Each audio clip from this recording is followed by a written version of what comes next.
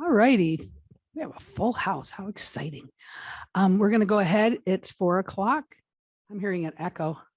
Echo. Oh, Tony. It's all good. All righty. I'm going to call this meeting to order.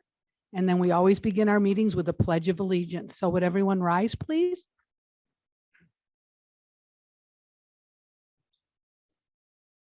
Let me begin.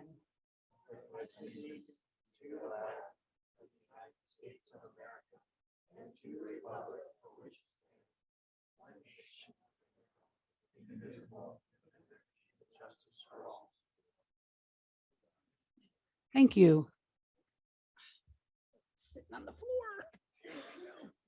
All righty. All right. Item B is approval of a flexible agenda. Move approval of a flexible agenda. Okay, motion made by Ross, seconded by Carrie. Any comment? Public comment? Seeing none, we'll go ahead and take a vote. All those in favor say aye. Aye. Anyone opposed? Seeing none, we have 1, 2, 3, 4, 5 of us.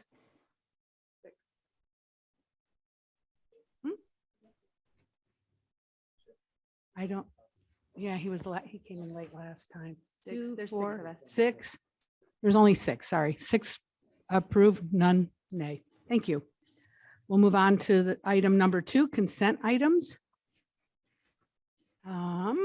Let's see, information concerning the following consent items has been forwarded to each of us. Would anyone like to make a motion to approve the consent items?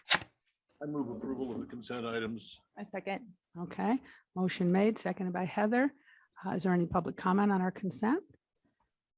Seeing none, we'll go ahead and take a vote. All those in favor say aye. Aye. Aye. Anyone opposed?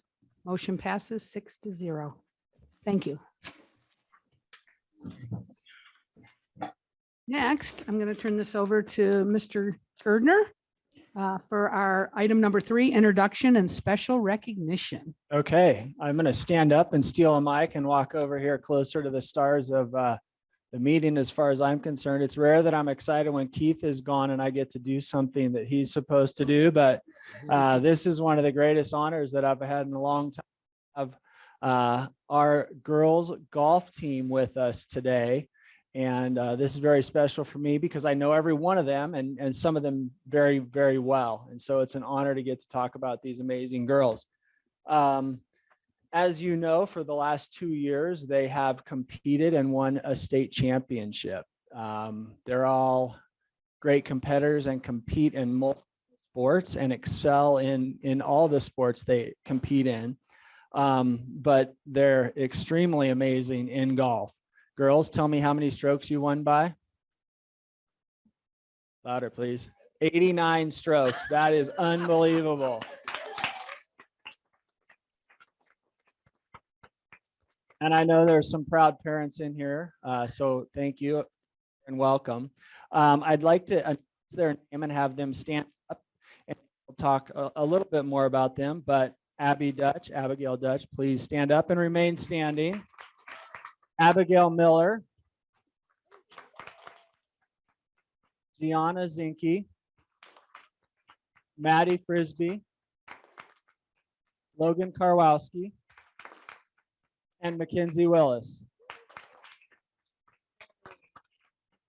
All right, so what I think you first need to know that every one of these girls was first team all-region, all-American for 3A, correct? Amazing. I don't know if that's ever happened for an entire team. Abby Dutch was 6 overall at the state tournament. Great job, Abigail. Abby Miller was 3rd overall at the state tournament. Great job, Abby. And Gianna Zinke was the overall high scorer and won the individual state championship as well. Low score, thank you. Low score, thank you. Yes. You girls are truly amazing and a real inspiration for our entire community. All of Douglas County and Douglas High School is extremely proud of you. Great job, girls. 2 years in a row. Good job. And next year they will be competing in 4A, and they're going to be back here again celebrating another state championship. Did you guys know 4A next year? Everybody knew that? Yeah. Okay. We hung a banner in the gym last year to recognize them as state championships, and now we have to find another one to put up. Great job, girls. I got it up, thanks.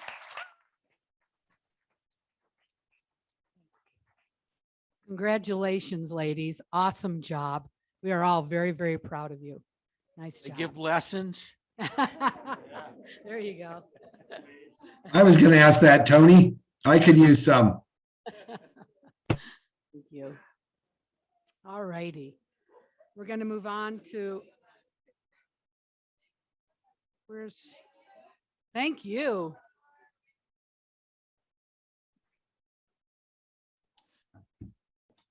Shannon?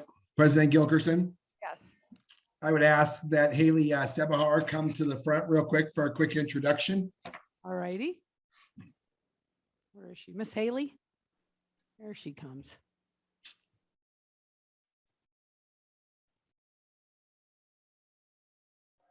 That's the front.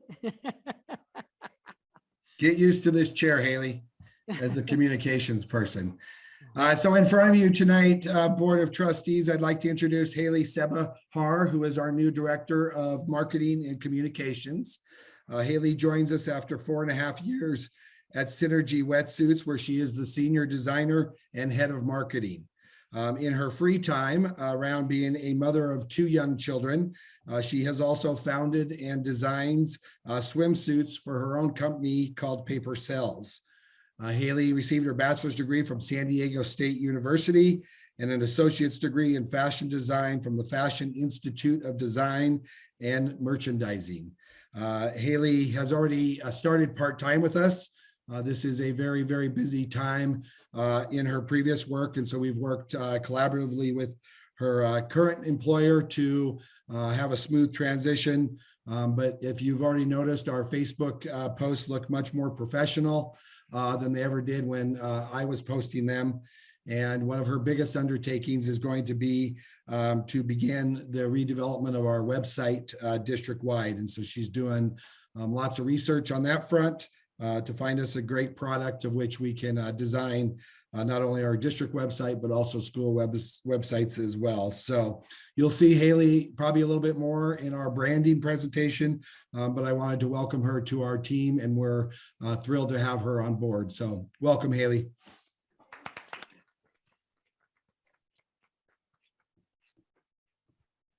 Thank you. Awesome. Is our marketing, Shannon, are they here yet? Okay, let's go. We're going to go ahead and go out of order. We're going to jump to item number 12 on our agenda. It's the branding presentation, and this is for information only. I think we have Edward. Is that Edward and Paige? Hi, welcome. I'll let you go ahead and introduce yourselves. And it's Estepona, right? That's the company. I got to get used to saying that. Thank you. Yes, you do. Keith, did you want to say anything to introduce? No, I'd just like to welcome Edward and Paige. And as I've said in my superintendent's report, our work with Estepona since you approved our RFI for marketing has been outstanding. They've been an amazing group to work with. What has impressed me most is their understanding not only of rural Nevada, but also of school districts and school-specific marketing needs. And so I think I speak on behalf of my entire team. We've spent quite a bit of time, and Edward sat in on the interviews in which we selected Haley. But again, I welcome them tonight, and am very happy with the branding guide and the logo that they're going to present to you this evening. Thank you, Superintendent Lewis. We'll turn it over then to Edward. Thank you guys for having me. My name is Edward Estepona with the Estepona Group. Just a little background, as an agency, we will be 30 years old as of in August next year. So been around for a while. Keith did say that they understand rural, and part of that is I myself grew up in Ely and Fallon, Nevada, so I'm very fond of rural communities and understand how they function, how they work, and what makes them unique. And Douglas County is not any different. You have uniqueness to you. And so without further ado, I'm going to introduce my colleague Paige, who'll present the brand. Hi, I am Paige Galiotto, and I am the VP of Creative at Estepona Group. Been working with Edward for 20 years, and super excited to work on this project, a unique project in some ways. A marketing group working with a school district. It's my first. But as we will explain, these days it's actually required for school districts to market themselves, which is kind of a new thing. So I'll just start with a little bit of background on why are we doing this? Why did Keith and Shannon reach out to us, and why did we end up partnering with the school district? You guys are a really high-performing school district. You have your students outperform, and certainly your girls golf team, many Nevada school districts, and often at a lower per pupil spend, and yet you are forced to compete. You are forced to compete for students, and you are forced to compete for teachers, and that is the nature of public education today. The pandemic took a big hit on teachers, we know. There is a nationwide teacher shortage, and a lot of teachers, closer? Okay, sorry about that. A lot of teachers quit. They chose to retire early. They got out of the career. Teacher recruitment has been challenging for many communities, and you are faced with those same challenges. Recruiting and retaining students is also a challenge that in recent years has become more of a challenge for public education. Students now have a choice. With the pandemic, suddenly online education was a choice that they could make instead of going to the school district, in their neighborhood. They could choose a private school. They can choose a charter school. They can choose to homeschool. So you are actively competing for the best teachers and to retain students as well. And certainly with the pandemic and virtual and remote working, we know that families have a choice where they want to live. And many families are choosing to move to Nevada and move to rural communities. So you also have a tremendous opportunity in Douglas County to recruit families. So here you are as a school district faced with all this, this need to compete, and that means you need to promote yourself. That's how you compete, and that's why we're here.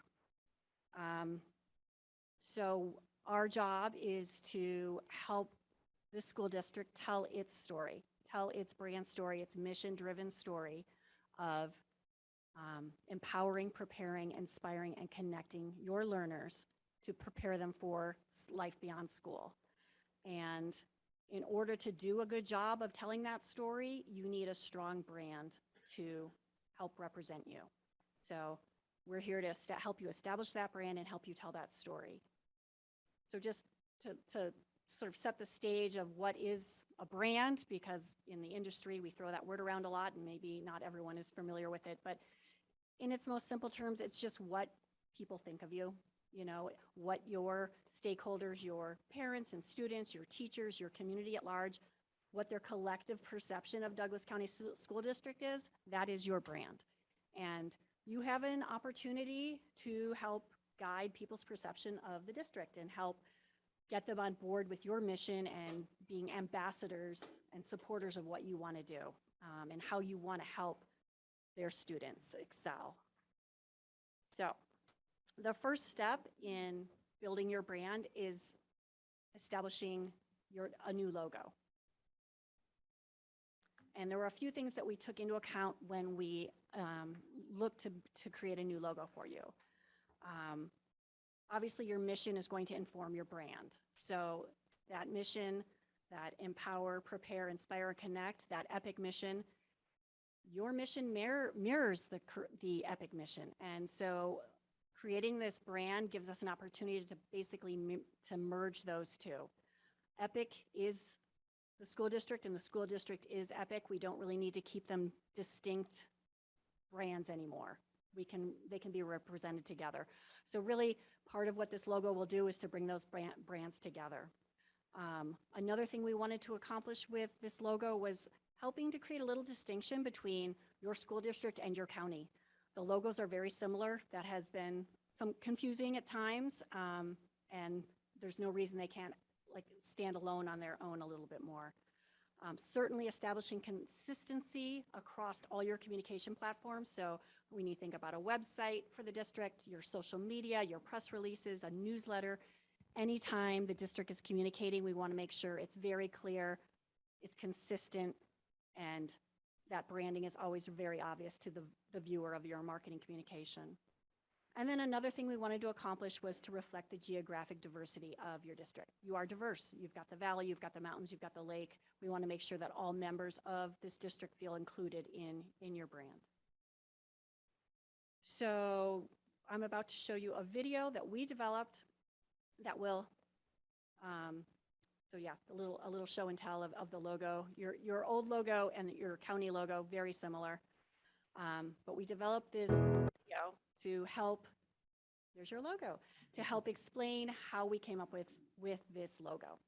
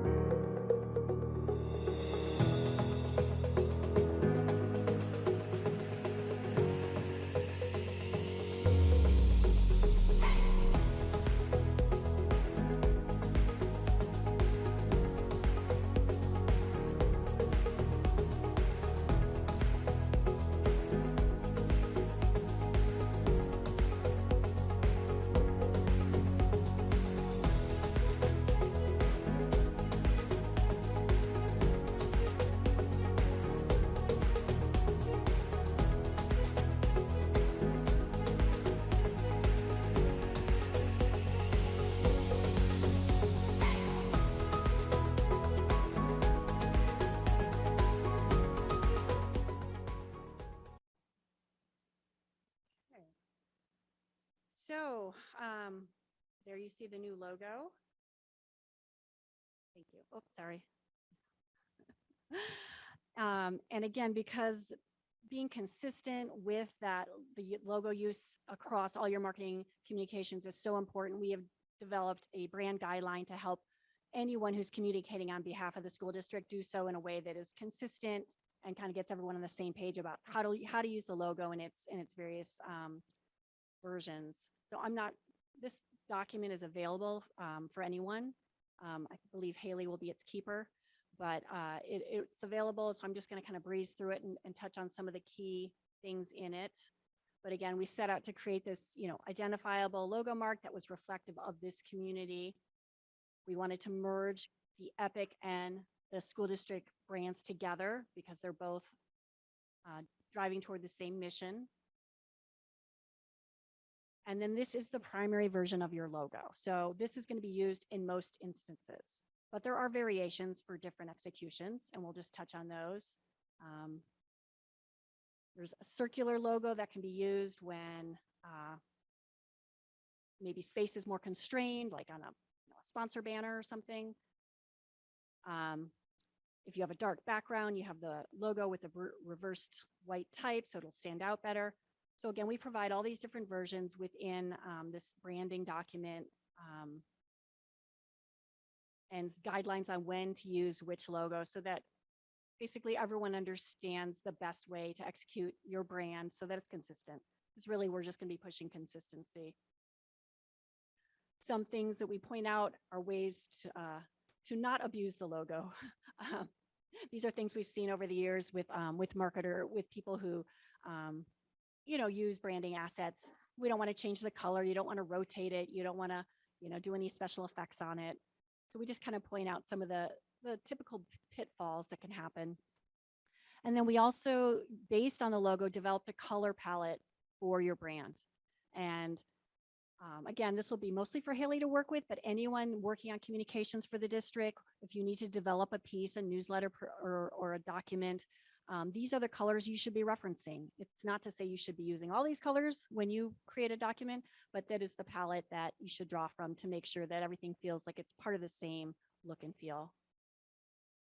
Typography is also part of your brand. We have identified a font that is a Google font. So this is available free through Google. So anyone working with communication on behalf of the district should download this font and use it, in the body copy of their newsletters and flyers and so forth on it'll be on the website.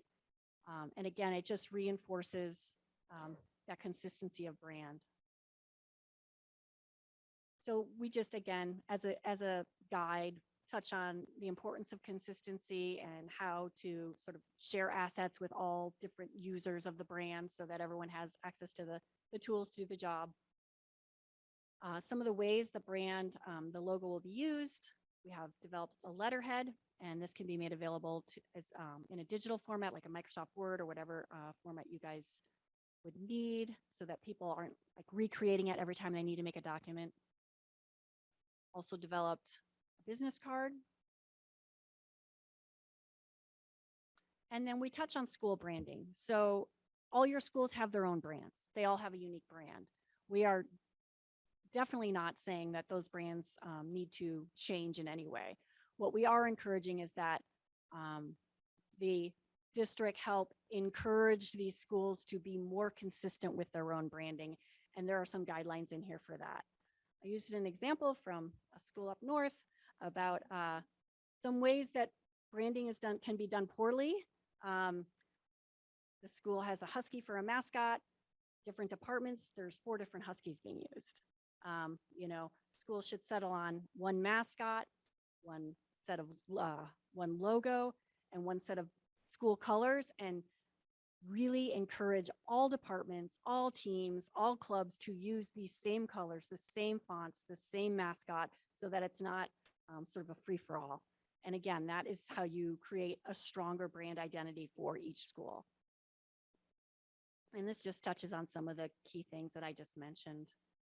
So based on what we could find for each school, we've identified what their school colors seem to be, but it'll really be up to each school to decide these are the colors that, that we agree are our school colors, and we've provided, what are those hex codes, BMS codes? Hex codes to identify the color on the spectrum, but schools might decide, those aren't the colors they actually want, but it really should be a school decision, and it should be one that is maintained year to year. So it doesn't change year to year. It doesn't change department to department.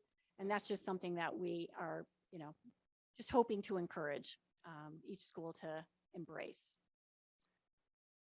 Beyond that, this guide, like I said, this guide will be available. I believe Haley will be the keeper of it, and any questions you have about how to use the new logo and brand should, I'm guessing, be directed at your new marketing person.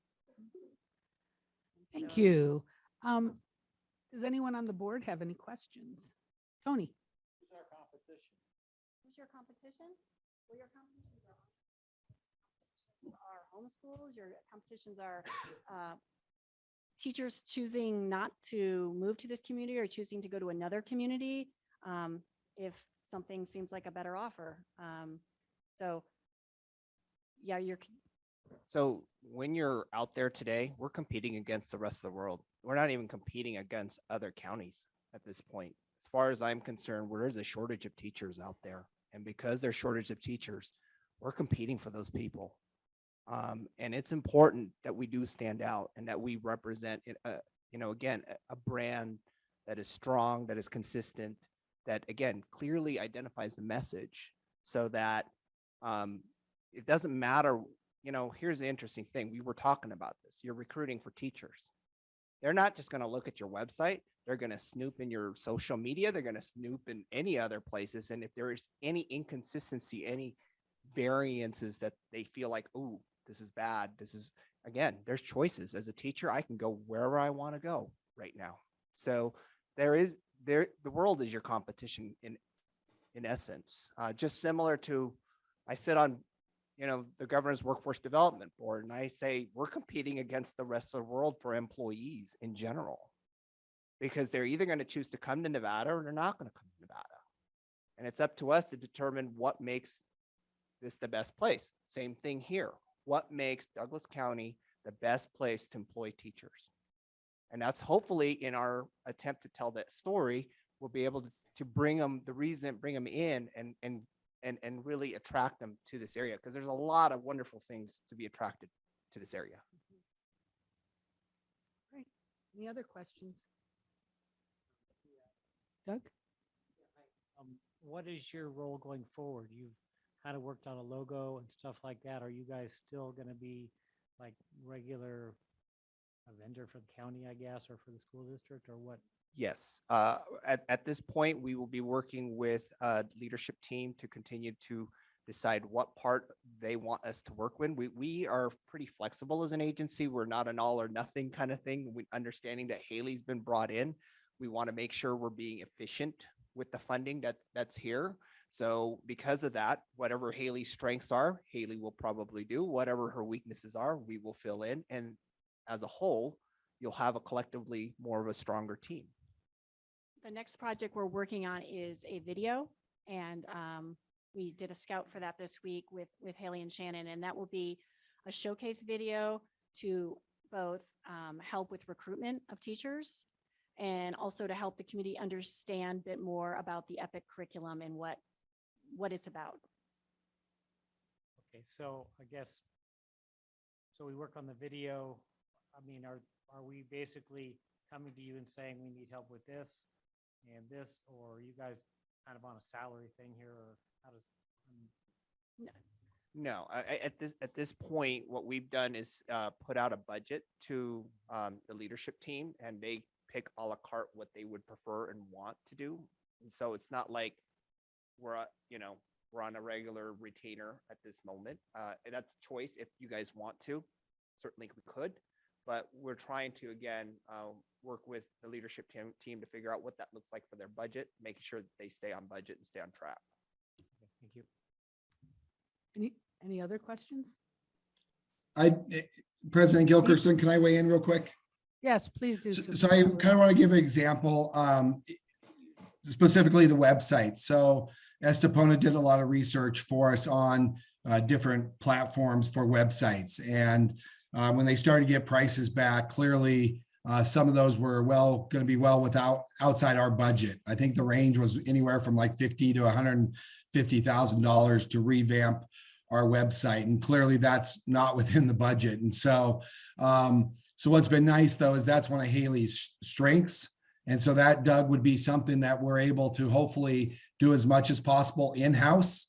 And then they've been able to share some of the research that they've done, which has helped us really, kind of pick up where they left off and be able to jump right in. So again, I think it is more an a la carte, and I've loved this relationship where they'll work also with Haley, the areas that she's not as strong. I mean, we would have loved to have found a unicorn in the hiring process.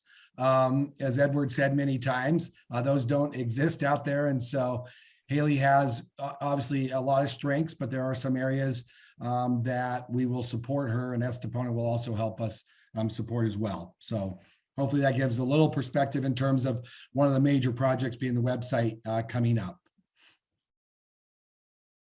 Are there any other questions? Comments? I like the logo. First impression, the colors kind of took me back a little bit, but the shape of it, the freshness of it, and the colors are definitely growing on me. And by the way, I saw the DC right away.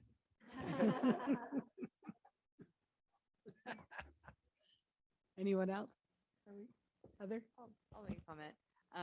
Yeah, I like the simpleness of it compared to what we had before.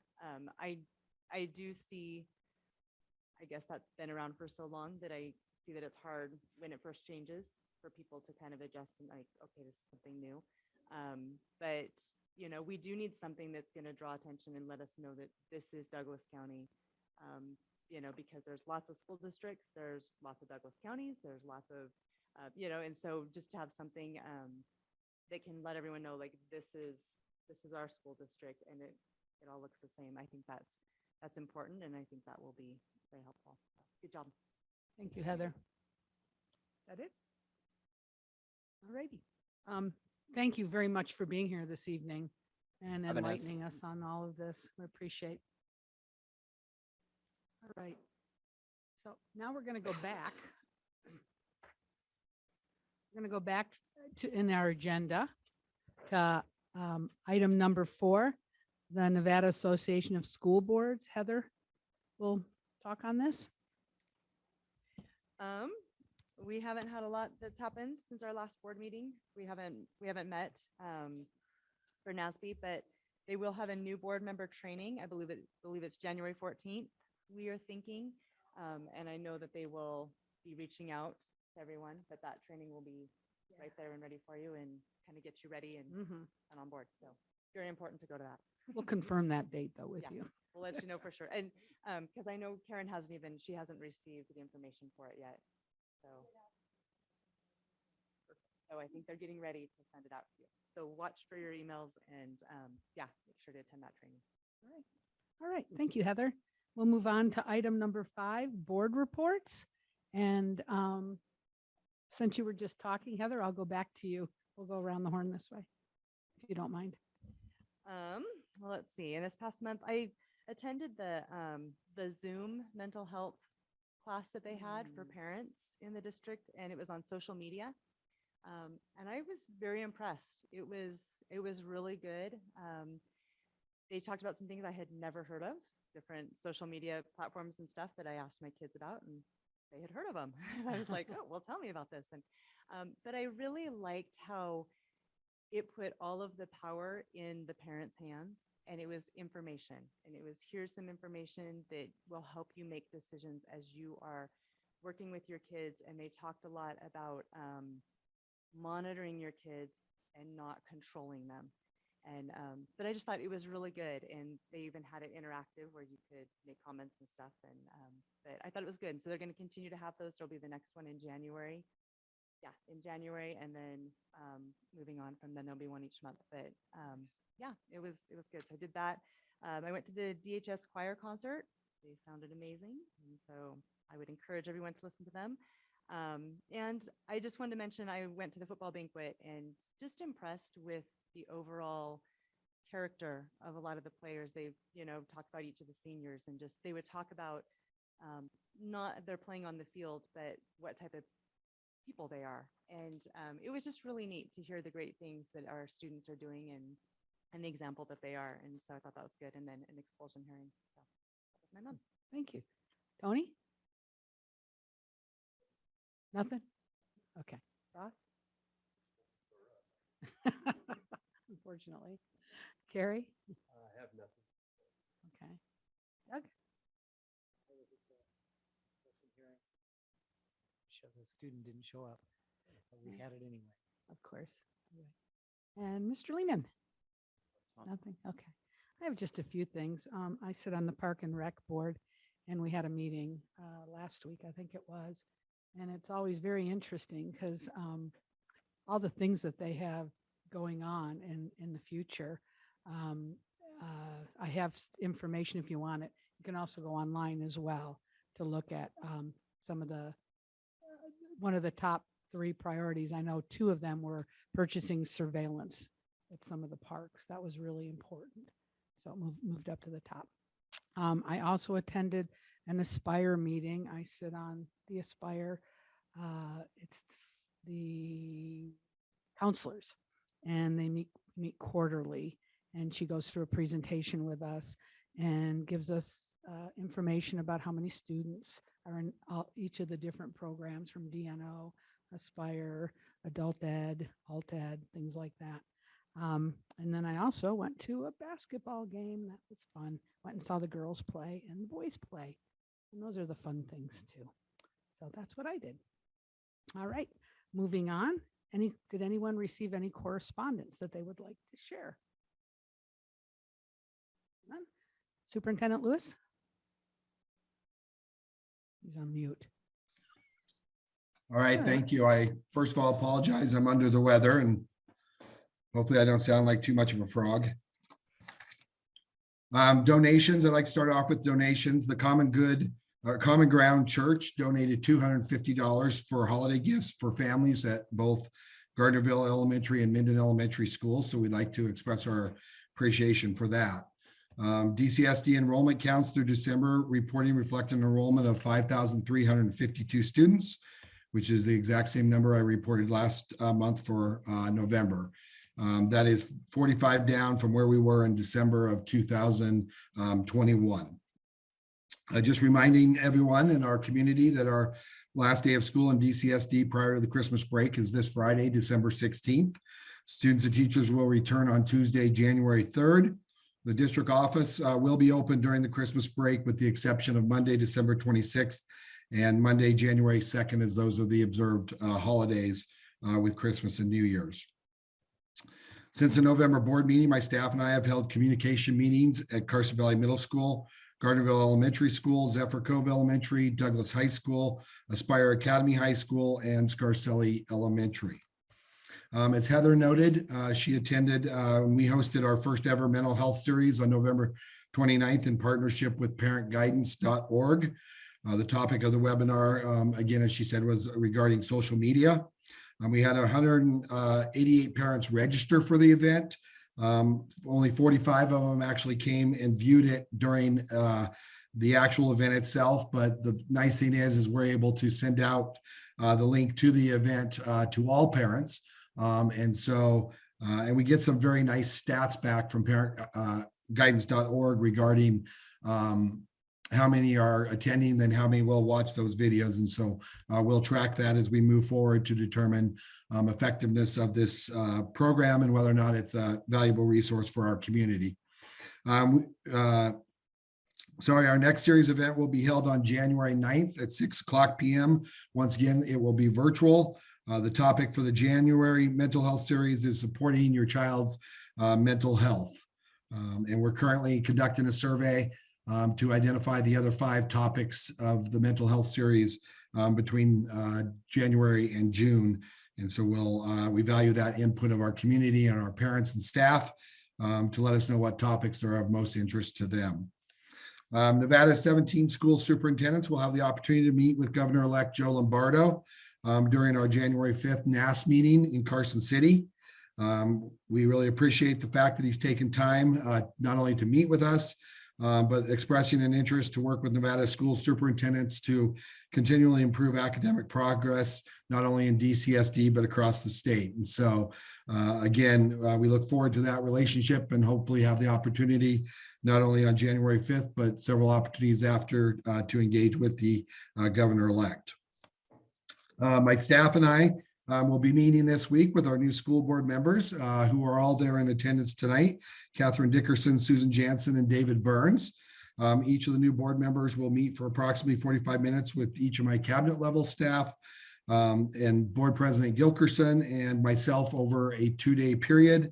I think Catherine comes in Wednesday, Thursday. All 3 of them are there on Thursday at the district office. And Ms. Jansen and Mr. Burns will be finishing that orientation on Friday afternoon. So we appreciate them making the time to come in. And of course, 45 minutes will give them just enough to be totally full of information. But this is just the start of welcoming them onto the board. And then the final thing that I just wanted to make the board aware of, you may or may not have seen, that the realignment proposal from the NIAA was approved by the Board of Control. Douglas is currently set to be aligned in the 5A football. I want to make the board aware that we will be petitioning for Douglas High School to move to 3A in the football. That petition we will present in front of the committee on January 9th in Las Vegas. And then a final decision we will get shortly thereafter. I don't want to make it seem like this is a slam dunk. Not every petition is accepted, but given our past lack of success and just numbers in our high school decline enrollment, we feel this is the best move for the future of the football program at Douglas High School.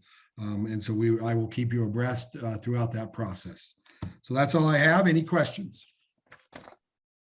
Heather? Keith, I just wanted to ask a question about that. Is there anything parents can do, one way or the other, I guess, in helping that to either move to 3A or to stay at 5A? Like if parents feel strongly about something, is there something they should do that would help in that process? Or is it just, we just wait and see what they tell us?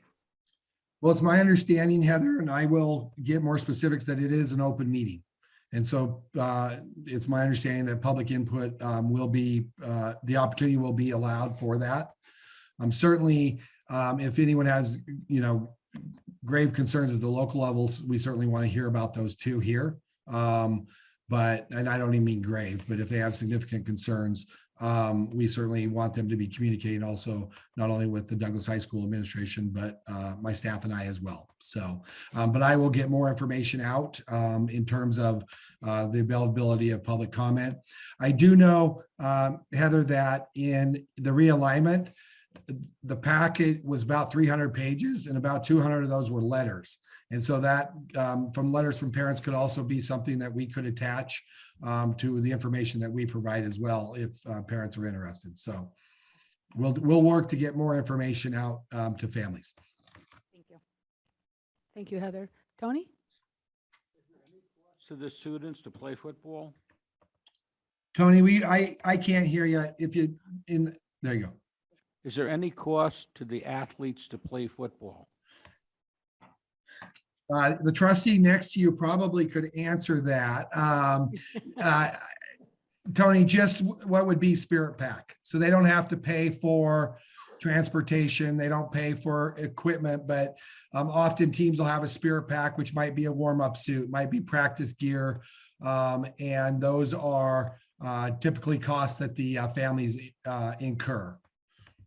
Mr. Gardner, have I missed anything on that front as a former football coach?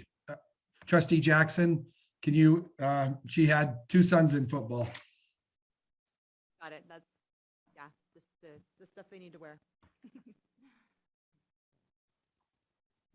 Okay. Anything else, Keith? That's all I got. Thank you.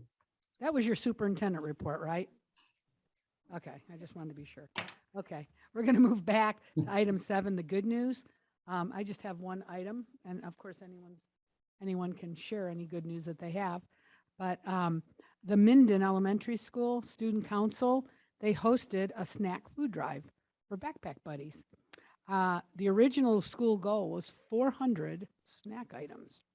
Our MES family showed up by donating approximately 4,200 snack items within 1 week.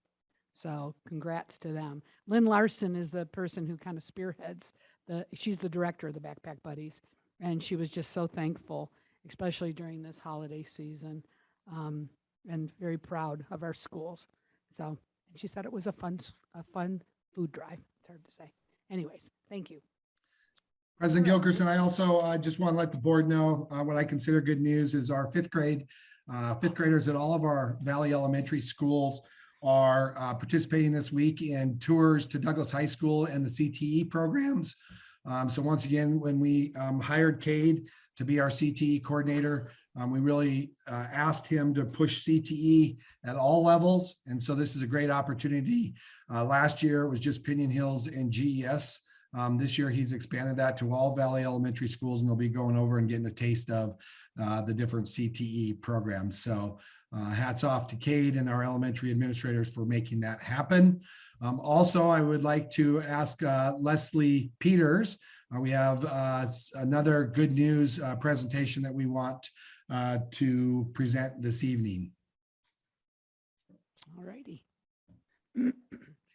Sorry, President Gilkerson, we're throwing some surprises at you. I like surprises, Keith.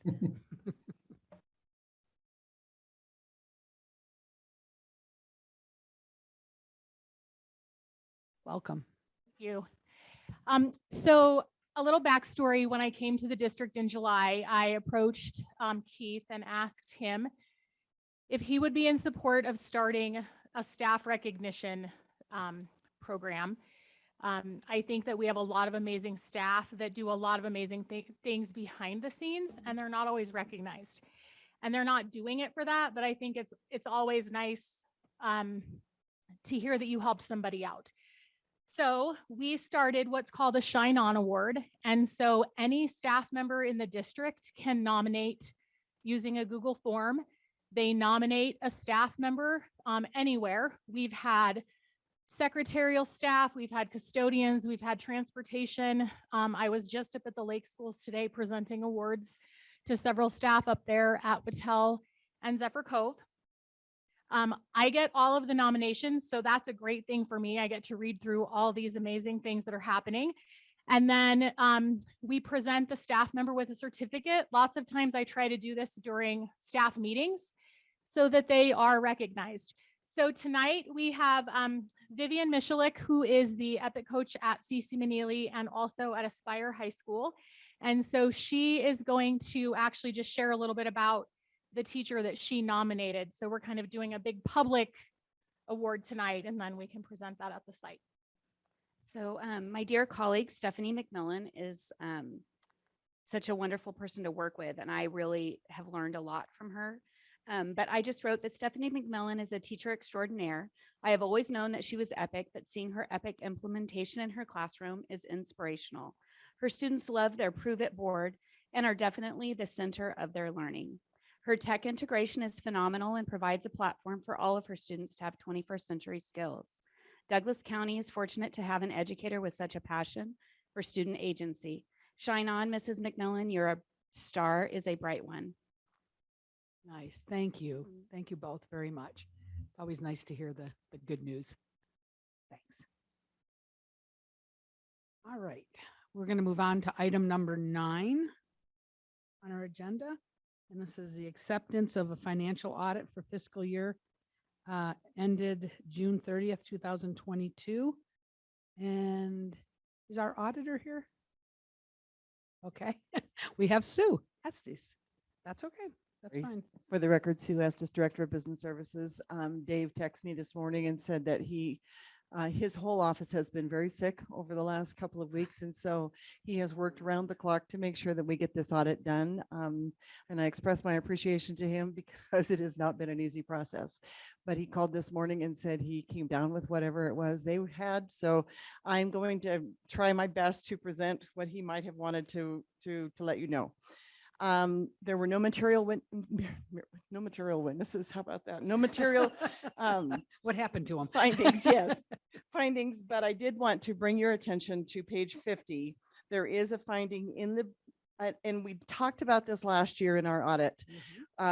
When we've incorporated the student activity funds into our financial statements, it is a very up and down kind of thing. Some years they have their revenue is 300,000, 400,000 less than another year or whatever. So when we did our first budget for this, we had no idea that we were going to run into the fact that they had Douglas High by itself had received about 400,000 more than what they'd anticipated and paid out about 400,000.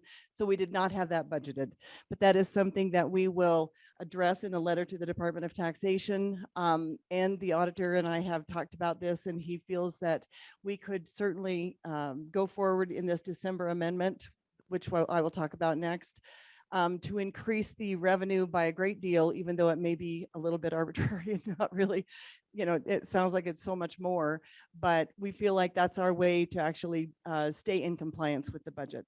The rest of this is all pretty well, and I think you all have a copy of the draft that was sent out, and you also got a regular copy. So basically, Dave and his company have done a great job of getting this put together with all the, the pitfalls that he's had in the last few weeks. He's had one person in the hospital, and he's had 2 or 3 of his staff.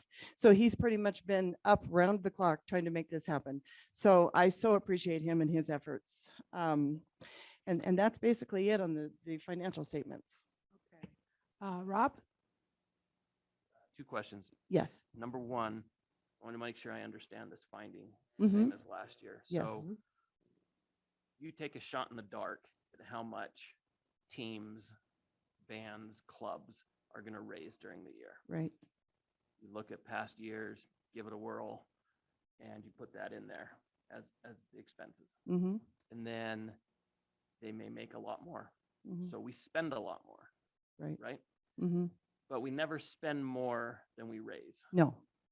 And that was my first concern, because when all of a sudden I got, and the hardest part about putting the student activity funds into the financial statements, I don't even get their final reports until August. In the meantime, we've already filed a budget in June, and we can't go back and fix it. So that's why increasing our projected revenue and increasing the projected expenditures, if you come below that on either one, you'll be fine. When you go over, you have a finding. So in speaking to the auditor, he felt like it was prudent to actually just put in a substantial amount as an increase into the budget for the student activity fund, so that we don't run into the same problem again. And I had to go back and do about a 6-year history on the totals, and they are all over the board. I mean, you know, there are some years where they don't, and so it's really just a difficult process to actually budget for that appropriately. So I think in this December amendment, we've kind of narrowed this down to increasing both revenue and expenditures, and you're absolutely right. They don't spend more if they don't have the revenue. So while this is a finding and technically a mistake, we're not doing anything financially imprudent. No. We just don't know what fundraising we're going to do. And this is actually a common problem throughout, you know, the counties that now have to, to the counties that actually have to report the student activity funds, because they are completely out of our control. We don't monitor those. We don't determine what fundraisers they have. We don't determine what expenditures they have. It's really simply a guessing game for us to try to determine what is best. So our projection is to try to increase that revenue projection and increase the expenditure projections, so that we don't run into this same problem. So that's basically, yeah, you're absolutely right. Thank you. Can I just add real quickly? I have been very pleased with Principal Douglas High School, Mike Rex. He does a great job of managing these activity accounts and making sure that, as you were alluding to, Trustee Lehman, that expenses are not going over what they have in their accounts. And he goes through check requests with a fine tooth comb, and always has that understanding where they are in their account before he approves. So I think they do a great job over there. This is one of those things that's kind of hard to avoid. And to his credit, he, there's not very many principals, and maybe they can run their own reports, but he often asks me and then confers with me, so that we can actually come up with, what he needs to do to make some changes in his actual discretionary budget. So I do appreciate that. I really do think that's a great thing. All right. Any other questions from the board? No? Okay. Does someone want to make a motion? I move we approve the 21-22 independent audit report. Sue Estes, Director of Human Services. Report to NRS 354. We need Ross to talk in his mic, please. I'll do it again. Approve the 21-22 independent audit report, and direct Sue Estes, Director of Business Services, to file the report as a public record in accordance with NRS 354.624. All right, motion was made. Motion was made by Trustee Chichester, second by Trustee Lehman. Is there any public comment on this or any questions? Seeing none, we'll bring it to a vote. All those in favor say aye. Aye. Anyone opposed? Seeing none, the motion passes 7-0. Thank you, Sue, but don't go anywhere. Okay, I won't. All right. Item 10 on our agenda is consideration for the 2022-2023 budget augmentations and amendments for discussion and for possible action. Okay, we had, due to the shortfall of employees that we were able to hire in the previous year, we had a great deal of substitutes having to cover classes. They were a lot of long-term subs.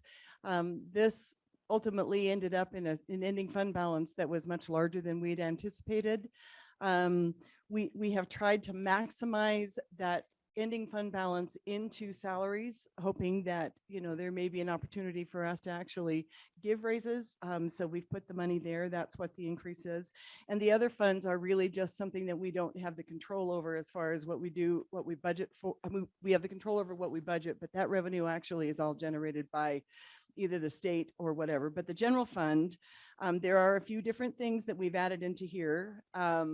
We have a counselor that we are actually having to pay by a purchase order and not by a salaries to actually go to our lake because we have nobody up there. So these are the pitfalls that we've actually encumbered with this budget. Well, with any budget, I mean, the last 2 years, it's been a little bit difficult.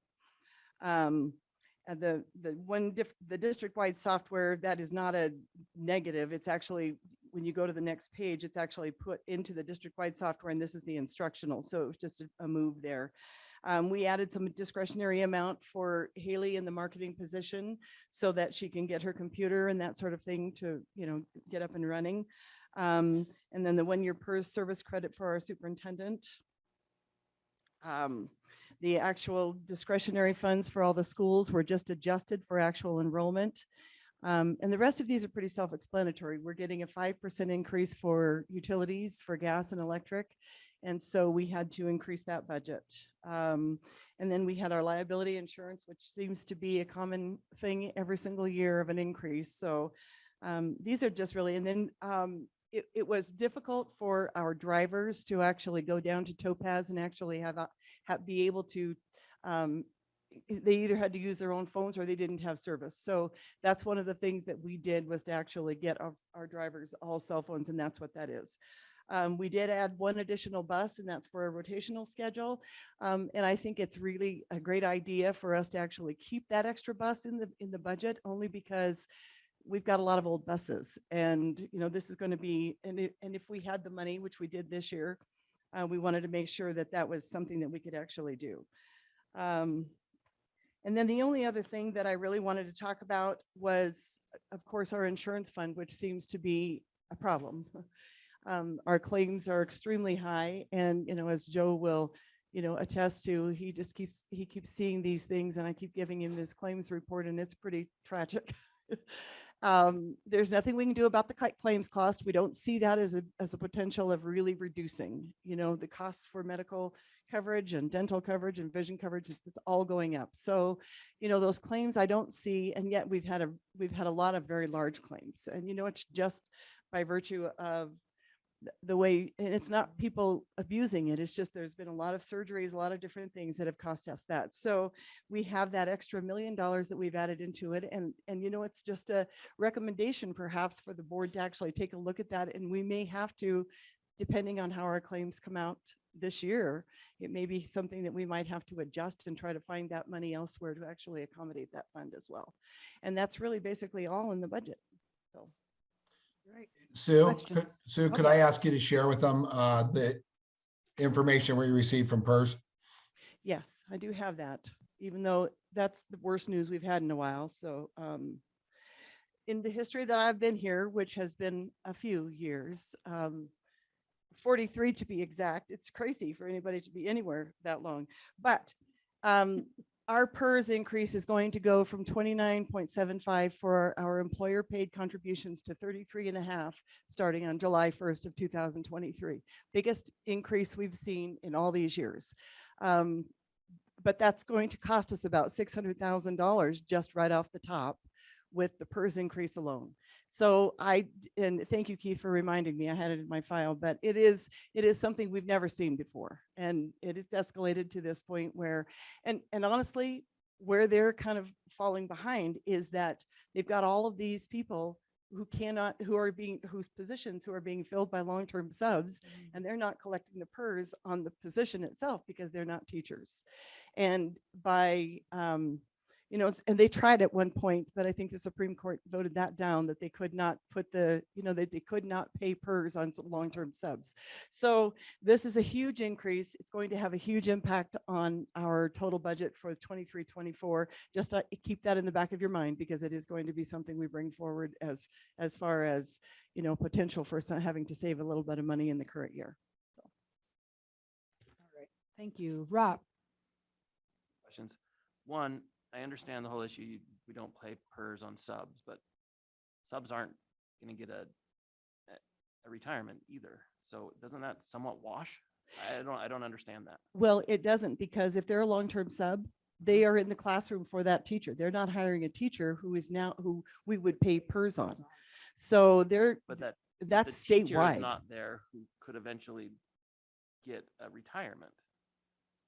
Well, that's Right? the long range, yes, and they do actuarials, and based upon some of the things that they're not getting and the funds that are not coming into the PERS right now. They're a year by year and they do actuarials every couple of years to Yeah. actually determine this. So I don't see I- it, and honestly, Rob, it's not, I've never seen it come down. Public, Even when things public get funds are better. a mess and they Yeah. don't play by everybody else's rules. I get Yeah. it. The, who makes this decision and of how much it goes up? Is there a board that votes on it? Who is that and how does that work? Yeah, there's a There state is. board, a public retirement board And that Mhm. they, makes those decisions. and they have public meetings where, Mhm. where they did this? Yep. And we get those agendas for what they have, but I've never seen an increase like this. This is huge. What's normal?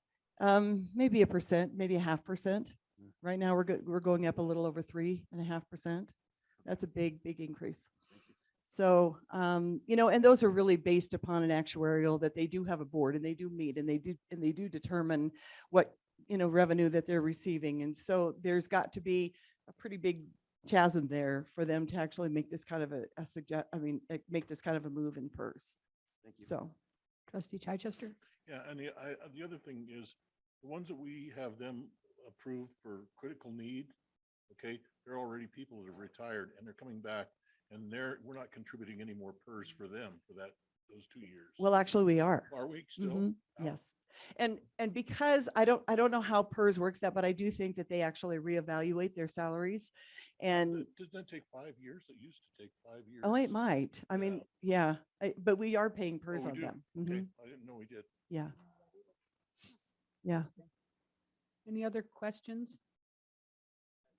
Go ahead, Doug.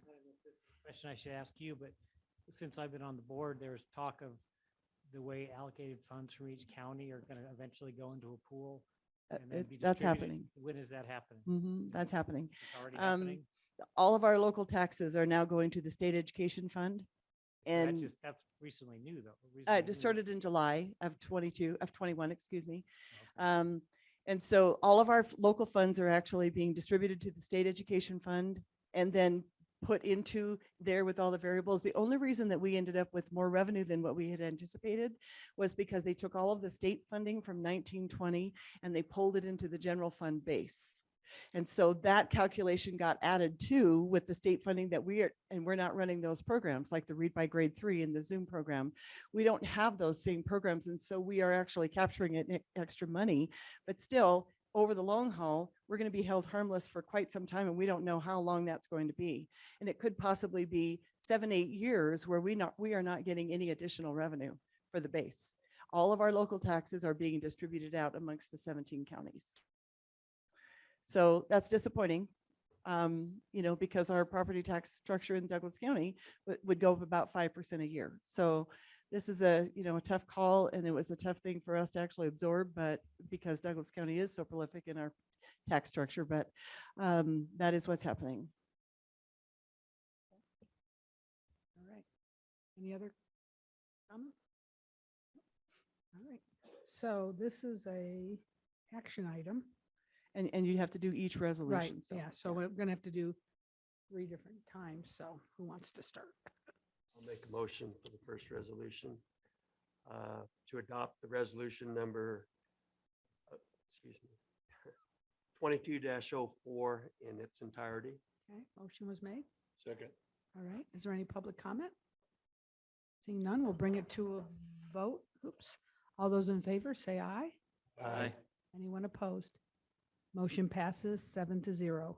Okay, that's the I'll make first a one. motion that we adopt resolution number 22-05 in its entirety.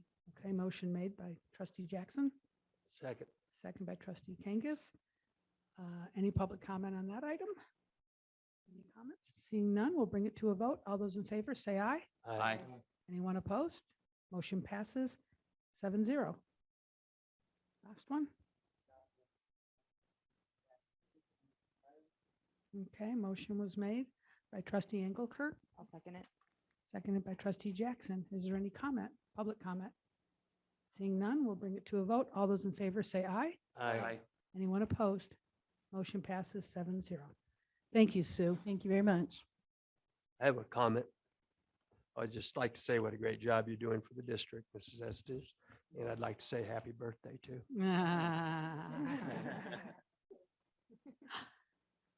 All righty, we'll move on to item number 11, which is, Joe, this is you, right? Okay. It's let me tell you what it is. Sorry. Item number 11 is the Douglas County School District self-funded health insurance stop loss insurance renewal. And our head of HR, Mr. Gardner, is going to present it to us. Thank you, President Gilkerson. It is our annual renewal for our stop loss insurance, which is a safety net for our self-funded health insurance plan where we purchase insurance that protects us against extremely large claims. In this case, if a claim goes over $250,000, our stop loss kicks in and starts covering that claim.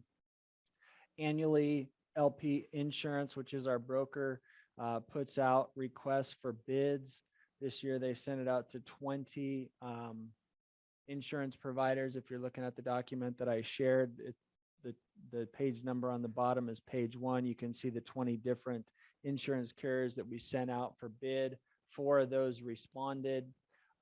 Granular is who we were with last year.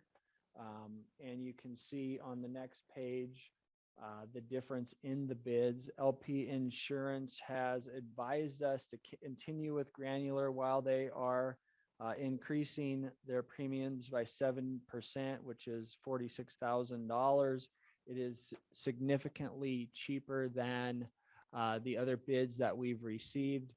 LP shared that they were pleasantly surprised with only having an increased proposal from them of 7%.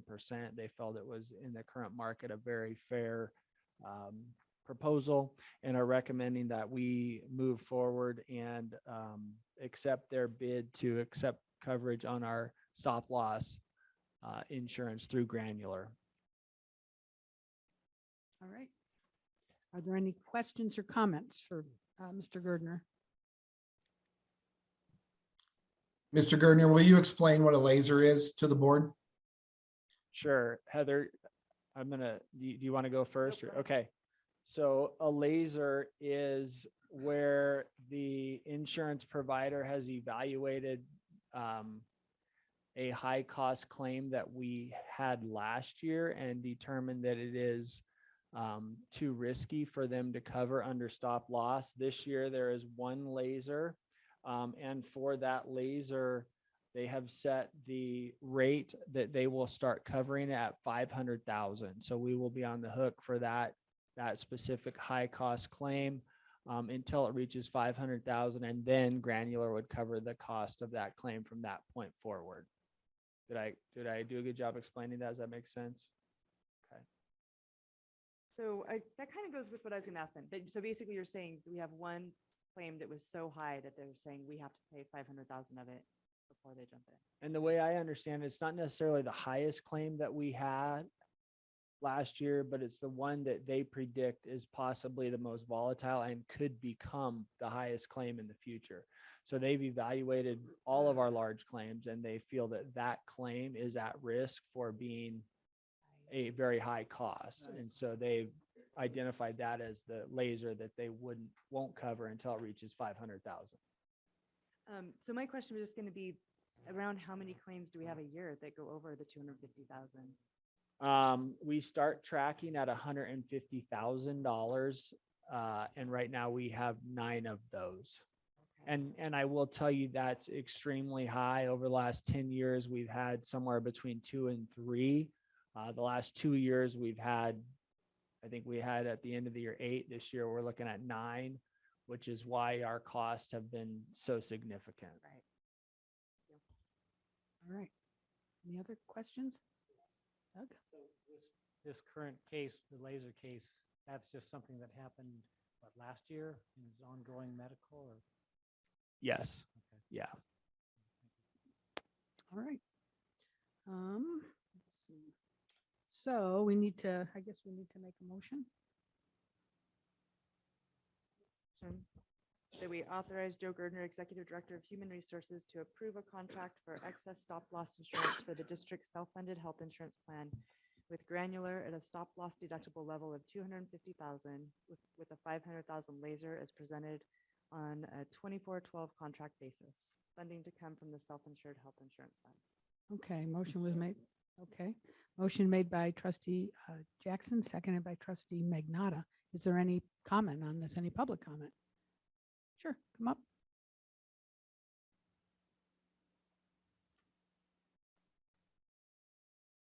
Could you please state your, we know who you are, but could you please state your name for the record? I do. Oh, yeah, you got to put your mic on too, Dave, I think. Yeah, there you go. David Burns. My question is this locked in for a whole nother year? I understand as far as premiums to them. The question I have is this locked in that we could not change? It is locked in for a year. We would sign a contract for the year. So this is per se a self-insured with up to a $500,000 catastrophic, basically. That one laser, yes. Yeah. Okay, a little concerned about that. That's locking us in on something that could possibly be changed, that we could do something better, possibility. I'm a little concerned locking in for a whole year. Okay, thank you.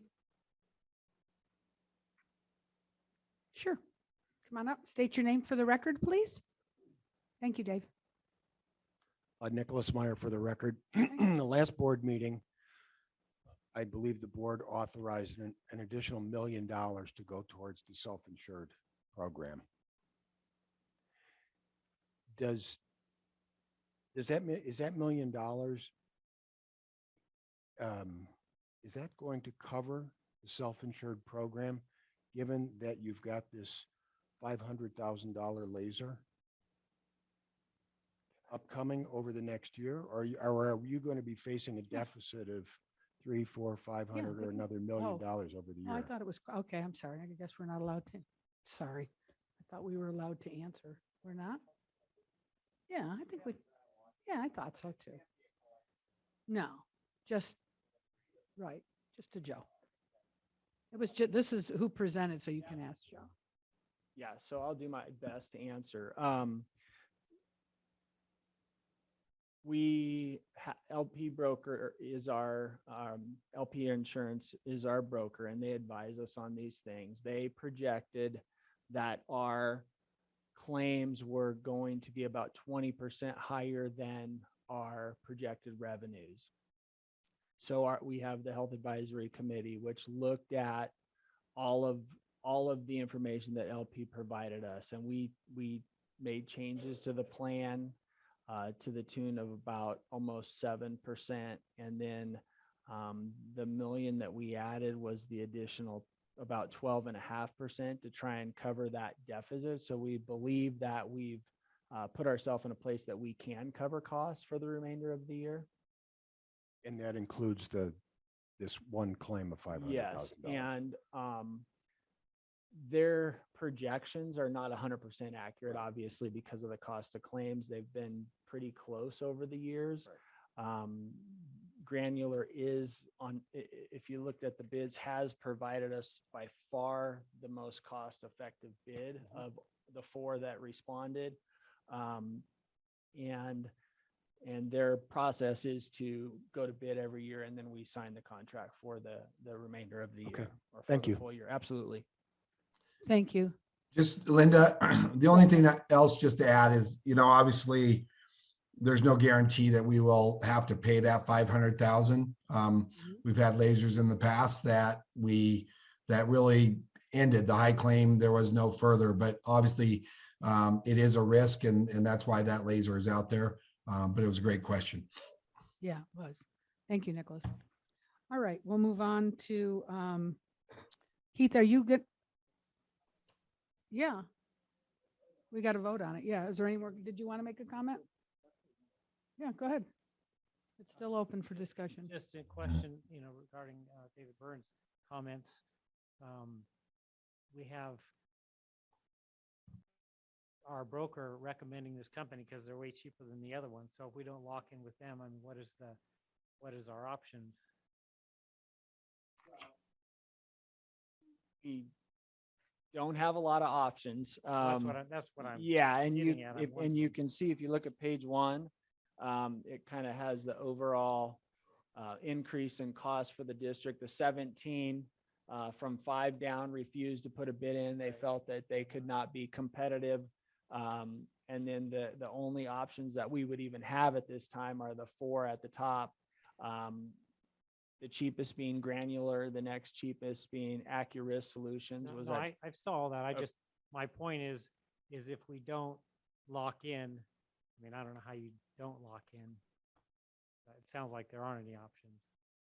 So am I responding to that properly? Do you see other options? I'm not sure I do. Good.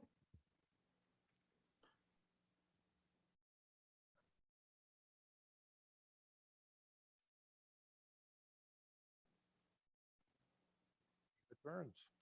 Thank you. The thing that I'm concerned about the most is this is a self-insured with a catastrophic on top. You may use a different term. That's what I'm used to. When we're bound to the catastrophic, we're also bound for a whole nother year of self-insured.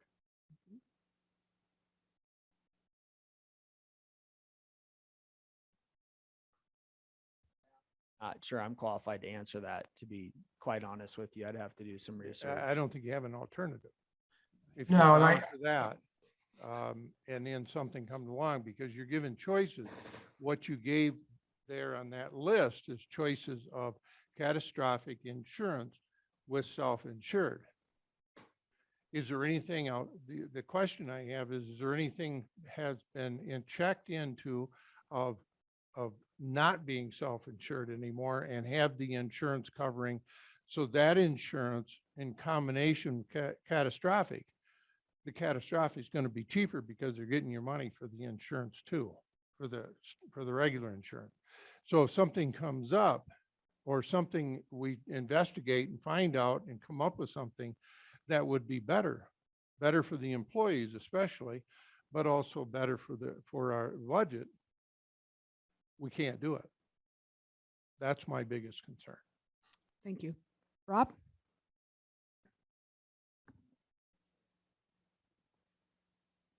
I don't think this requires us to stay in self-insured. We might be out a premium and that would be this premium, but I don't think that requires us.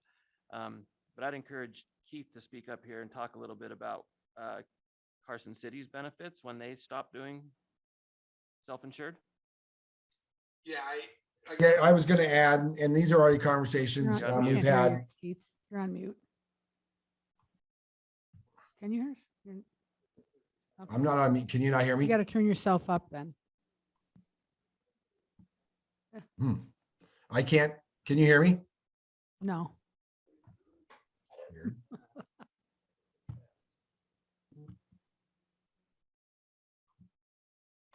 Test. Nope.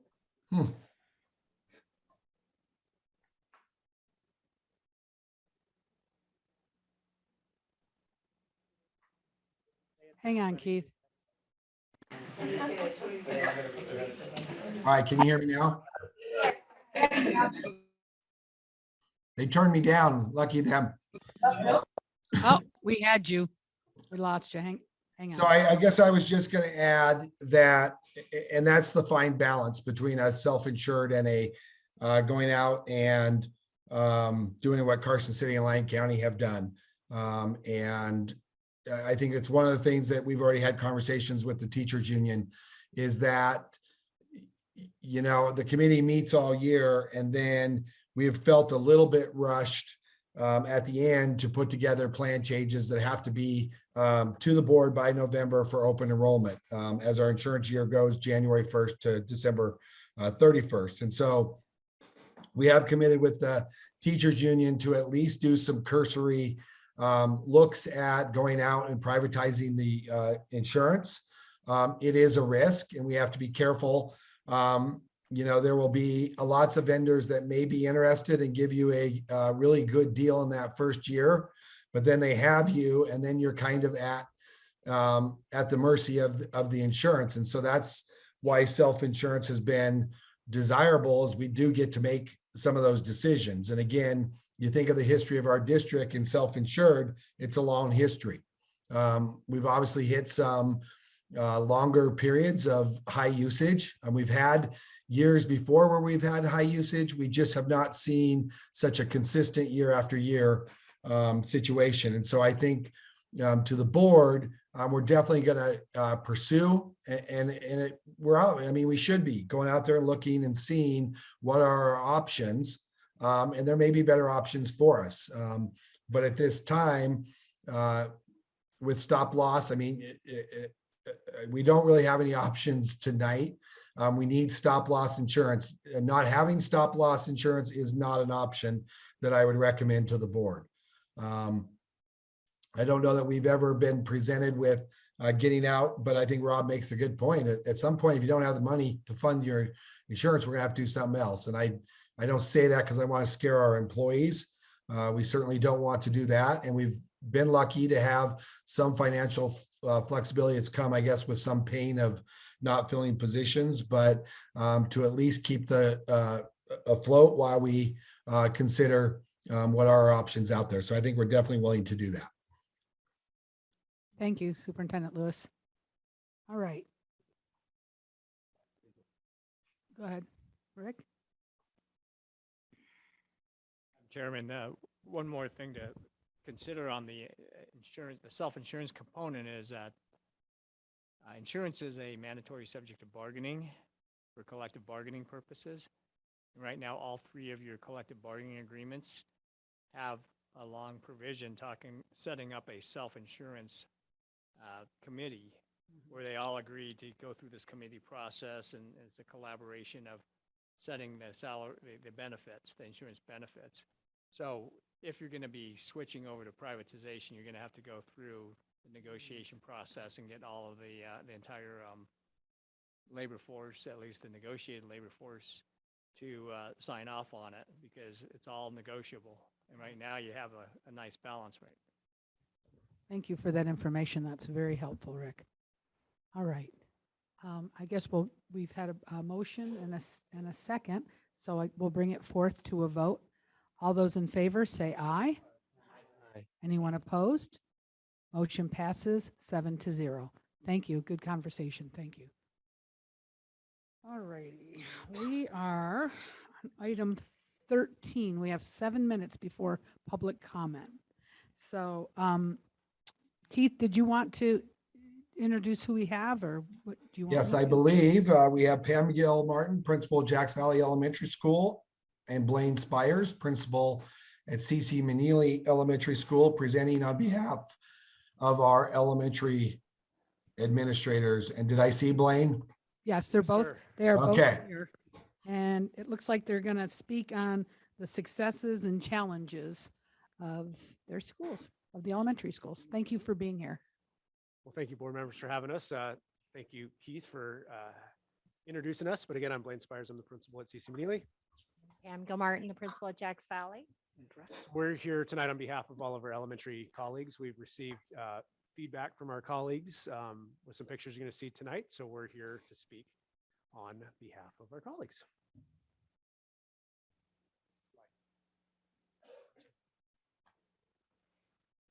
So we use the metaphor of mixing it together. So this year at all elementary schools, every classroom has a shared vision, which is the why we come to school, the class code, and what we need to do to get there. And then, of course, we see standard operating procedures in all classrooms at different levels.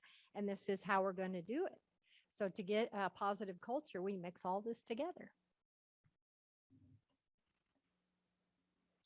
So this is an example of a learner profile. And when we look at our EPIC logo, when we're talking about empowering students, we talk about choice, talk about voice, being reflective on your learning. A learner profile really puts us in the hands of students. So right now in elementary school, all of our students in elementary school K through 5 will have a draft of a learner profile created by the end of this week. So that's something that we've all agreed upon as elementary schools. So this is just one template. They can look different, but ultimately the goal of a learner profile is that students are reflective upon what they need to be successful in school and how that looks. One of the most powerful pieces on a learner profile, I think, is the parent quote. We ask that parents give a quote about their child, and it can be a range of quotes, but also one from their teacher. And some of this is new to kids and having these conversations. Other students in the upper grades are more familiar with this, but one of the most powerful pieces as well is this will be uploaded into Empower, and they will be kept year after year as students go through the grade levels and go through Douglas County schools. So anywhere they go, when they log in each year, they'll see the history of these learner profiles. So you start in kindergarten and get to graduation, you'll have a pretty good reflection on where you've been. We've even had our staff do some learner profiles as well. So it's been nice as a principal to be able to see how our staff learns. Our next slide, when we get there, will be our roadmaps and our data binders. So a roadmap really helps students see where they're going in their learning. This particular roadmap is on multiplication in a 3rd grade classroom. So students know exactly what they need to learn to master standards. So they track that, and they're tracking their own progress on these maps. The other thing that's been a really positive thing, and I've heard a lot even from secondary teachers about how much they're enjoying the data binders. So a data binder tracks all of their learning in all subject areas. So students, for example, in a 5th grade classroom might have information on English language arts, reading, writing, math, might keep track of their spelling and their science and social studies.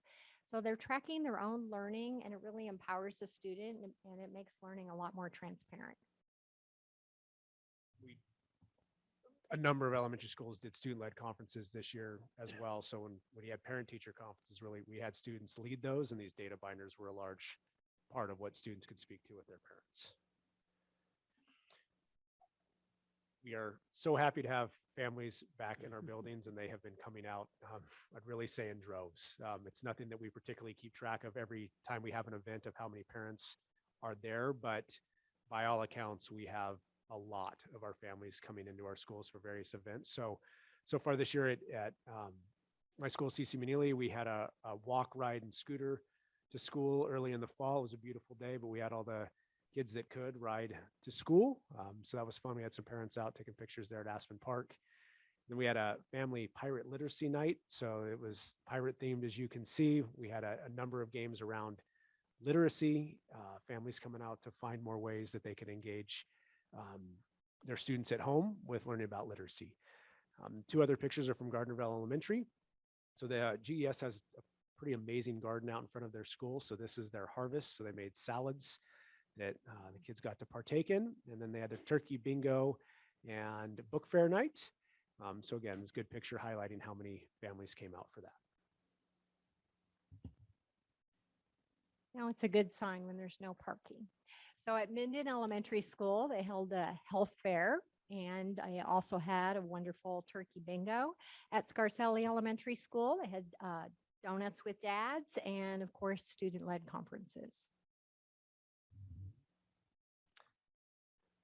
Speaking for Jacks Valley here with Pam, they had a dance-a-thon.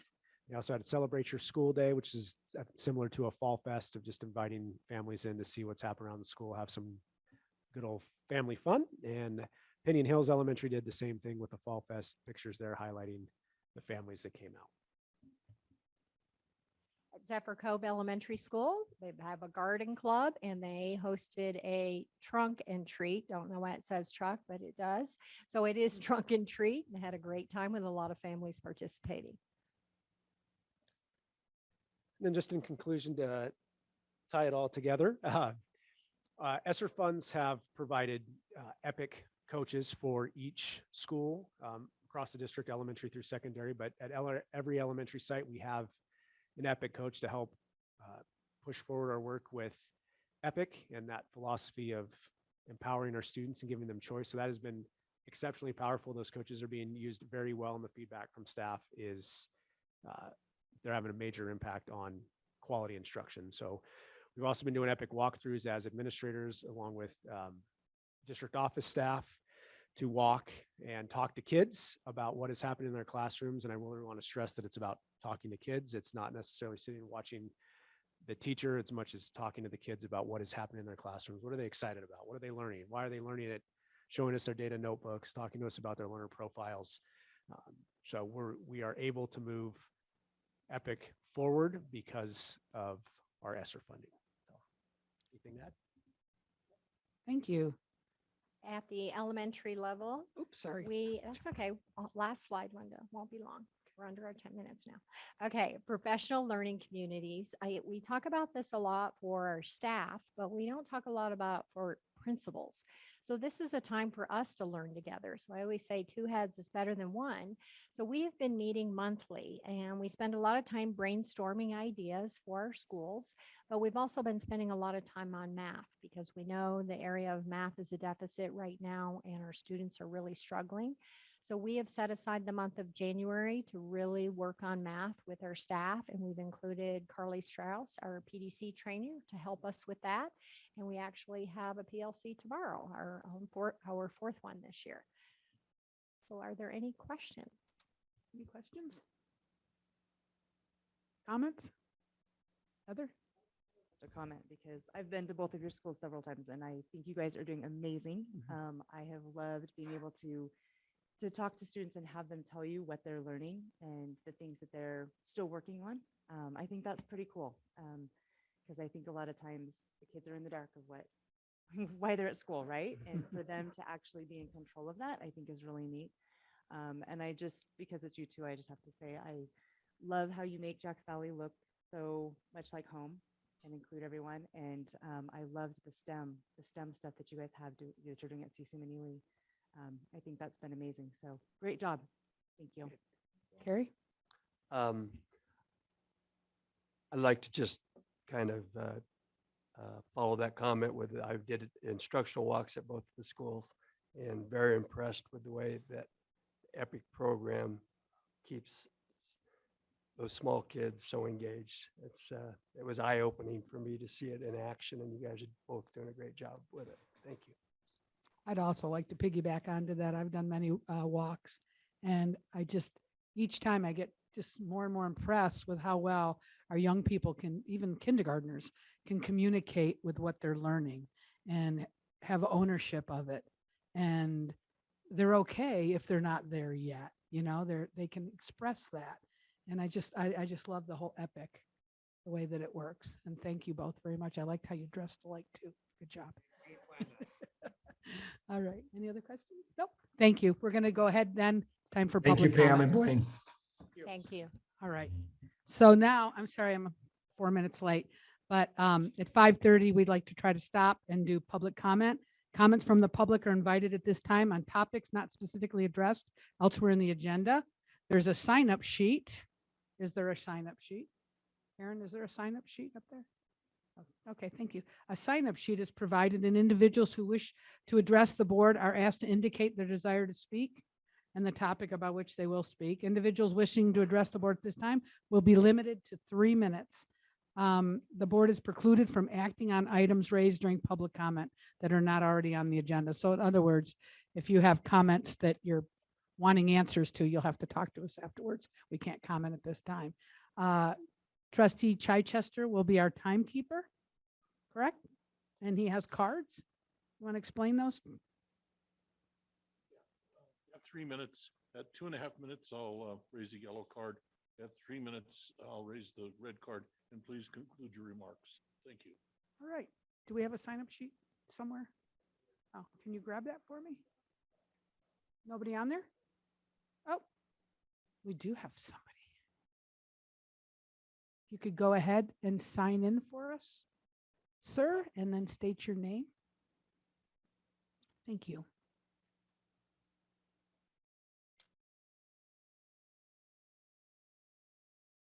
Name is Brian Frazier. Thank you. Heather, you hit the ground running when you joined the board. You were and have been extremely active in the schools, visible participatory. You've asked extremely intelligent questions, insightful questions. I just appreciate your time. I appreciate your efforts, and I appreciate your commitment. Mr. Lehman. Yeah, I know, you don't like being called out. I look at you as our business, active business analysis individual. It's been a long time. I've enjoyed our conversations over the years, haven't always agreed, but that's also led to very healthy discussions and insights. I appreciate your active involvement in the schools, dedication, commitment.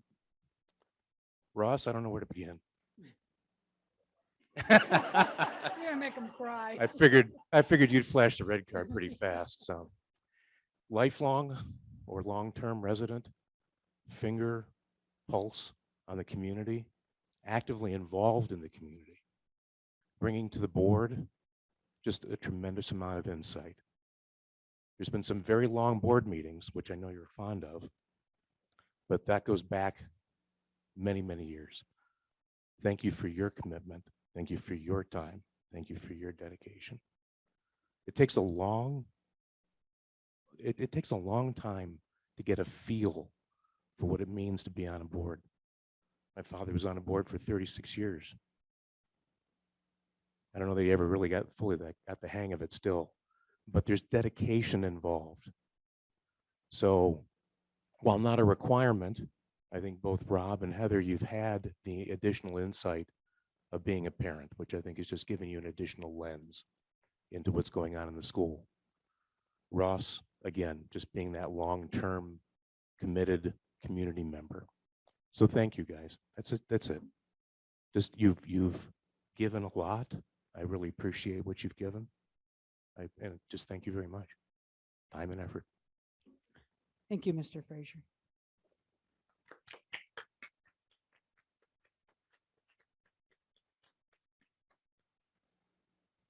Is there anyone else who would like to speak? Sardik. All right. Is there anybody online? Thank you. No one online. All right. All right. That's all right.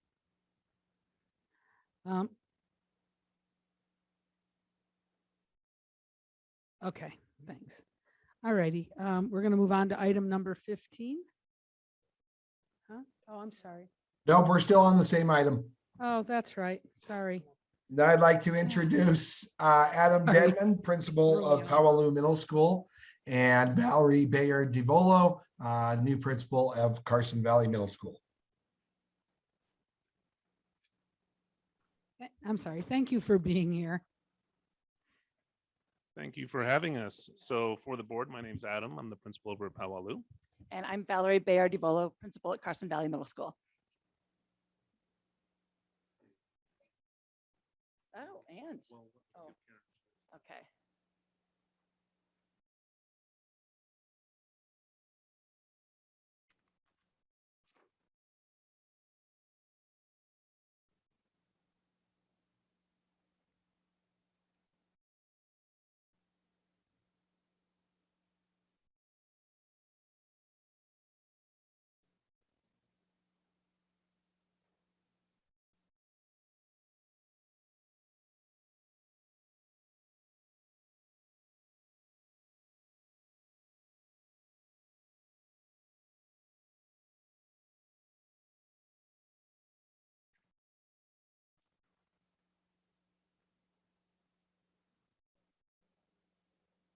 Okay, so Is there, I think there's yeah, copies over. If you guys, If you would need a like to copy, follow there's one along. over on the table. It's okay. Don't worry about it. We're okay, do you want me to go ahead? Sure. Okay, we will go ahead. Please. So as he said, I'm new to Carson Valley Middle School. And so we also have a lot of teachers who are quite new. And one of the things we're very excited about is our new EPIC coach, Holly Harvey. She's working very hard with all of our new teachers and with me. We're doing the walkthroughs. It's exciting to see the standard operating procedures from everything from going to the bathroom to how do you act in PE, and they're everywhere. She's also been very important in bringing our staff together because she has a model EPIC classroom She's created it in her own space, and she invites us in to show how you do it. But she also brings us staff food and staff gatherings, and we are very much enjoying it. That kind of leads into what we just went. Oops, there you go. So our school performance plan, we had our school performance committee, and they worked very hard to decide what are we working on this year.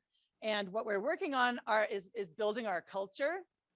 And I'll go into that in a second. Building test scores, improving our scores, because after COVID, we need to really fill that gap. And so what we're going to be doing is improving our MAP and SBAC scores with targeted interventions in ELA and math.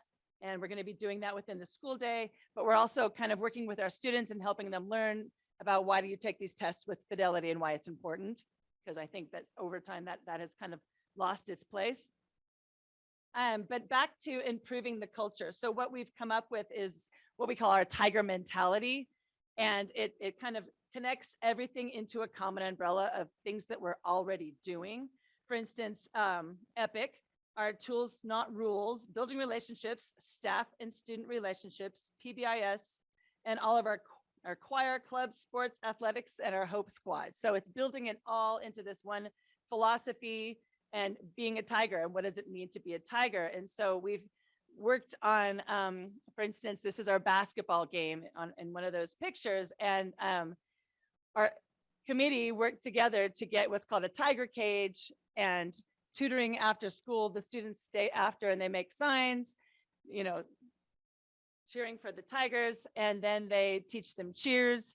And so they come to the game, they teach them how to, act respectfully at a game. And we've built up, as you can see, the stands are completely full, lots of people going. And then for the first time, we had our band playing in the stands as well, just like at the high school level. And that was a wonderful thing. So that's definitely building a positive culture at our school. Other things that we're doing, we are working with DHS. We're very excited about, for instance, our EPIC kitchen. We want to align our programs with the high school and their CTE department. And so they've been collaborating. We also invited many of the fifth graders over to see our choir and our band today so that we can recruit them to build our band program in the future. Our parent and family, one of our big things is we're trying to bring in more community members and more family members. And so we're working on things like assemblies with students and celebrating students, a bingo night in the spring. We had a pumpkin run and teacher appreciation. And our parent tiger group, we want to build into a larger functioning group. One of the other things that we're excited about is student recognition. Every month, we're doing a student of the month and a citizen of the month where we invite their families in to have breakfast and we celebrate them there. We recently had an assembly where we celebrated the students that had A's and B's, that had perfect attendance, and also who had good conduct. And we had them stand up in the assembly, and all the students were extremely excited about seeing their names, and all their friends could see their names. And that's about it. There you go. Thank you. All right, our turn. One thing that we've been really happy with is we've done a lot of collaborating with CVMS. And so a lot of the things that are happening at one school are happening at another. So we're trying to just highlight some things that we can each talk about here. We're very pleased to have a full-time EPIC coach at our site, and her name is Jen Worthington, and she's fantastic. And she's helping us with our site focus on learning progressions, which is part of the EPIC learning philosophy. Through our SPP, we are really focusing on test fidelity and ensuring that all the test scores we have are an accurate reflection of what the kids can do. So that's been our primary focus. We've implemented a new behavior referral system that communicates with parents every day. That's for both positive and negative behaviors. So a staff member can document a positive behavior where a student goes above and beyond the call of duty and deserves a shout out. And then also we've given the students the opportunity to give staff a shout out. And so those emails go out every day. We typically see maybe about 80, if you add all of those up, emails go out every day. The really good days are when the shout outs are more than the negative emails. And I'm really happy to say that happens a lot. Not every day, but it does happen a lot. And I am extremely happy because we are fully staffed, and that is wonderful. And that was not always the case the last few years. And that's been a struggle that we all have. And of course, we had a pie eating contest. So there's the picture there. You know, as we get back to normal and we have field trips, which is the other picture here, it's really nice to start building these traditions in again with kids.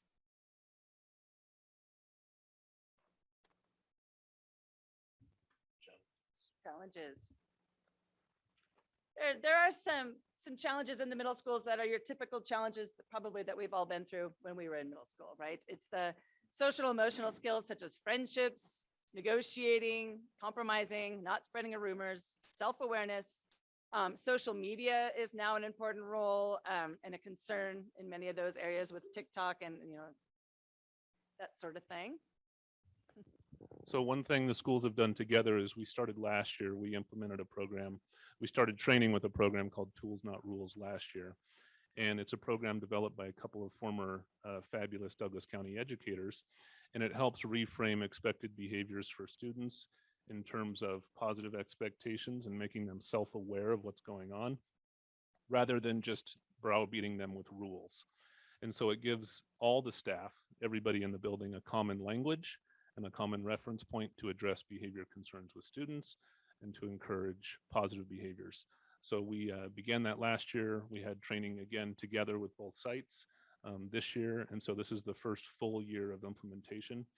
And it was enlightening to look at the presentation that Nancy White and I shared with you all last year, because I was able to remove the behavior concern that she and I shared with you, because you know, a lot of what we were hearing last year is we were all overwhelmed with the behaviors as we were emerging from the shutdown. So we took that off this year, and everything isn't perfect, but everything is a lot better.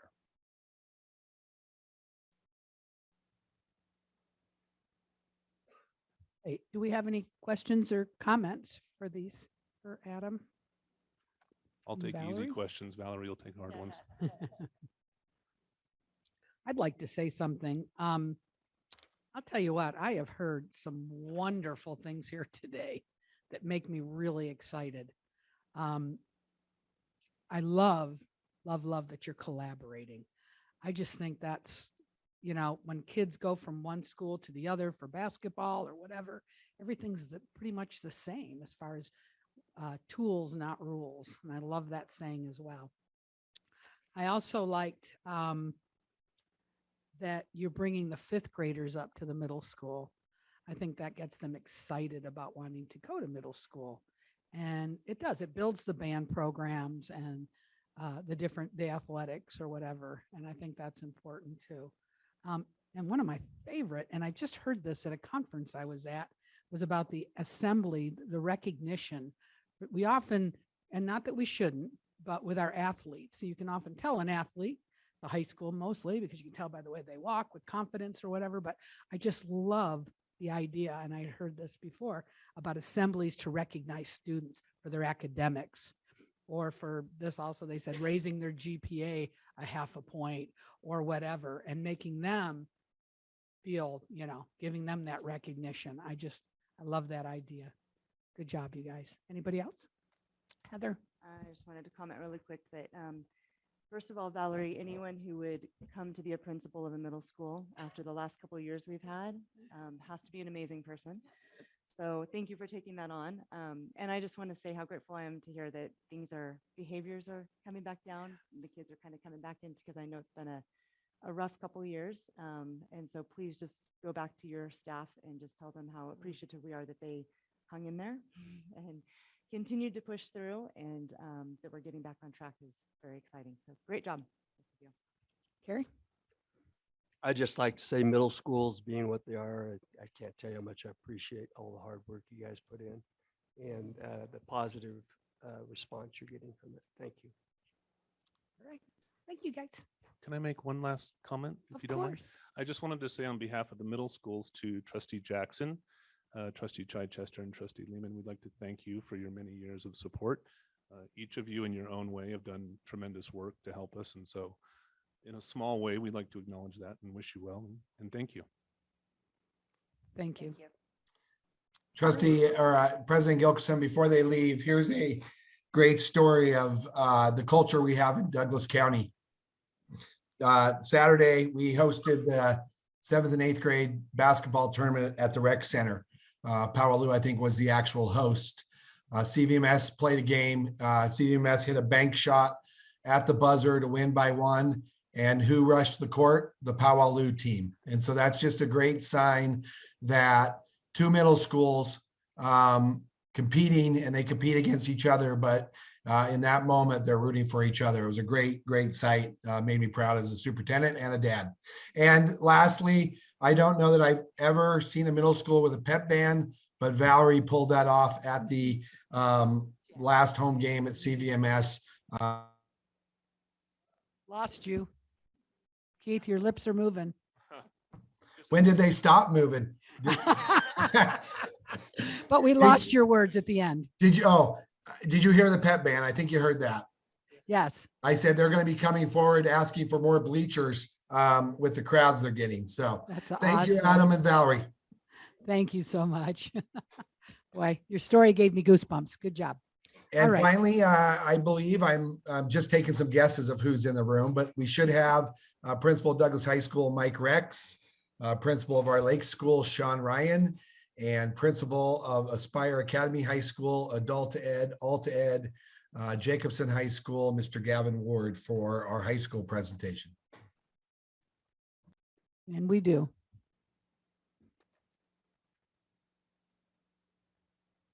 Thank you so much, gentlemen, for being here this evening. Good evening, school board. Thank you for having us. I'm Mike Rex. I'm in my 3rd year as principal at Douglas High School. I'm Gavin Ward. I'm principal at Aspire and DNO. This is my 3rd year. Good evening. I'm Sean Ryan. I'm the principal at the Lake Schools in my 1st year.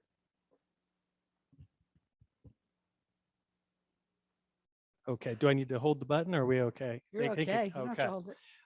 So for Douglas High School, I may have the least wordiest slides for the night here as I've been watching our elementary and middle school presentations, but at Douglas High, the things that came to mind as I built the presentation is we're really proud of the school spirit and the students that are coming out in really large numbers to events. They're excited to be back in school. We have students coming out in large numbers to basketball games, volleyball games, football games. We had over 900 students come to our fall homecoming dance, which is over half the school. The Fall Fest that we had, which is a community event, had great turnout as well.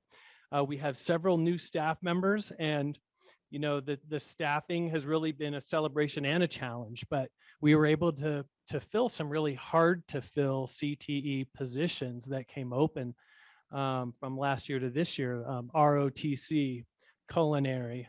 We were able to find an auto teacher just recently through a partnership with WNC. And so we are also fully staffed. A couple positions are long-term subs, but they are licensed teachers, a few critical shortage. But we've worked hard, and I think because, you know, we have an outstanding school, it is a location that teachers do want to come to. We are always looking for new pathways and programs for students. Last year, we started our multimedia communications program. This year, we've launched a program that is an intro to education. It's a partnership with WNC. We have about 10 students enrolled in its first year. The design is that the first semester is kind of an introduction to the teaching profession using curriculum supplied by Western Nevada College. And then the second semester, they'll do an internship visiting local elementary schools and helping those teachers. So we're proud of that new program. And then already recognized tonight, you kind of stole my thunder. I didn't actually know that they were going to be here before me, but our girls golf 3A state champions and our individual state champion, Gianna Zinke. In terms of challenges this year, we have a new administrative team. I have 3 assistant principals and a TOSA dean, teacher on special assignment is Mr. Andrews.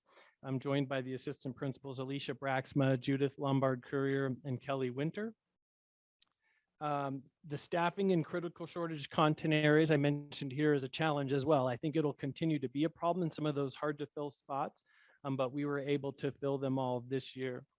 And then as we continue with our EPIC initiative, establishing those learner-centered classrooms is where we're at in our EPIC development. We have 2 full-time EPIC coaches, teacher trainers on campus now, ready to help our staff and coming into classrooms and team teaching lessons. And as we work to develop those learner-centered classrooms, increase transparency of learning, give students more ownership, empowerment, relevance at the high school level. And that's it for Douglas High School.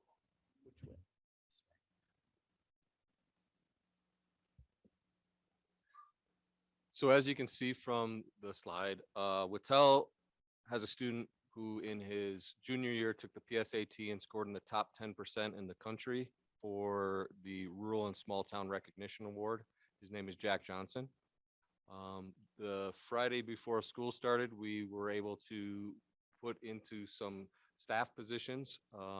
Heather Lamb came on board to teach some high school math classes. Laura Parks and Heather Lamb were both previously at DNO. And then Amanda Scott joined us from Carson City School District. So we had those 3 staff members come on board.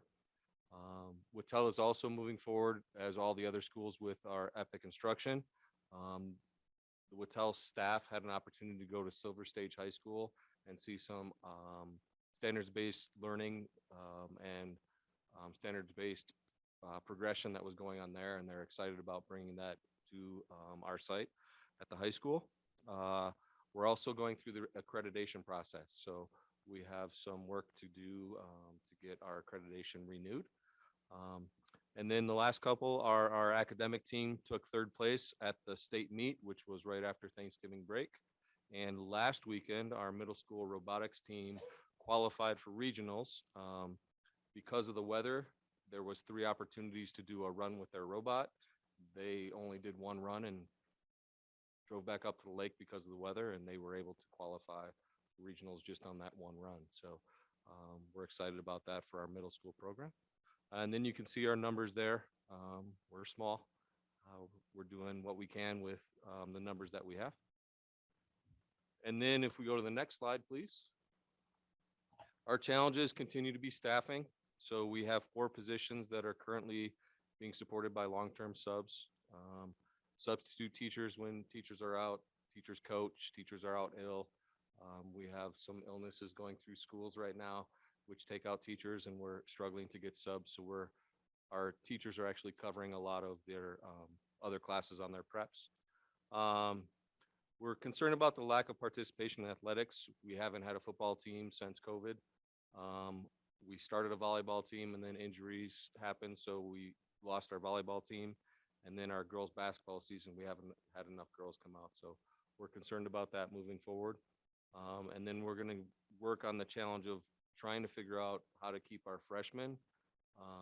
So as they transition from 8th grade to 9th grade, keep them in our building instead of going to some of the other options that are available for them. Thank you.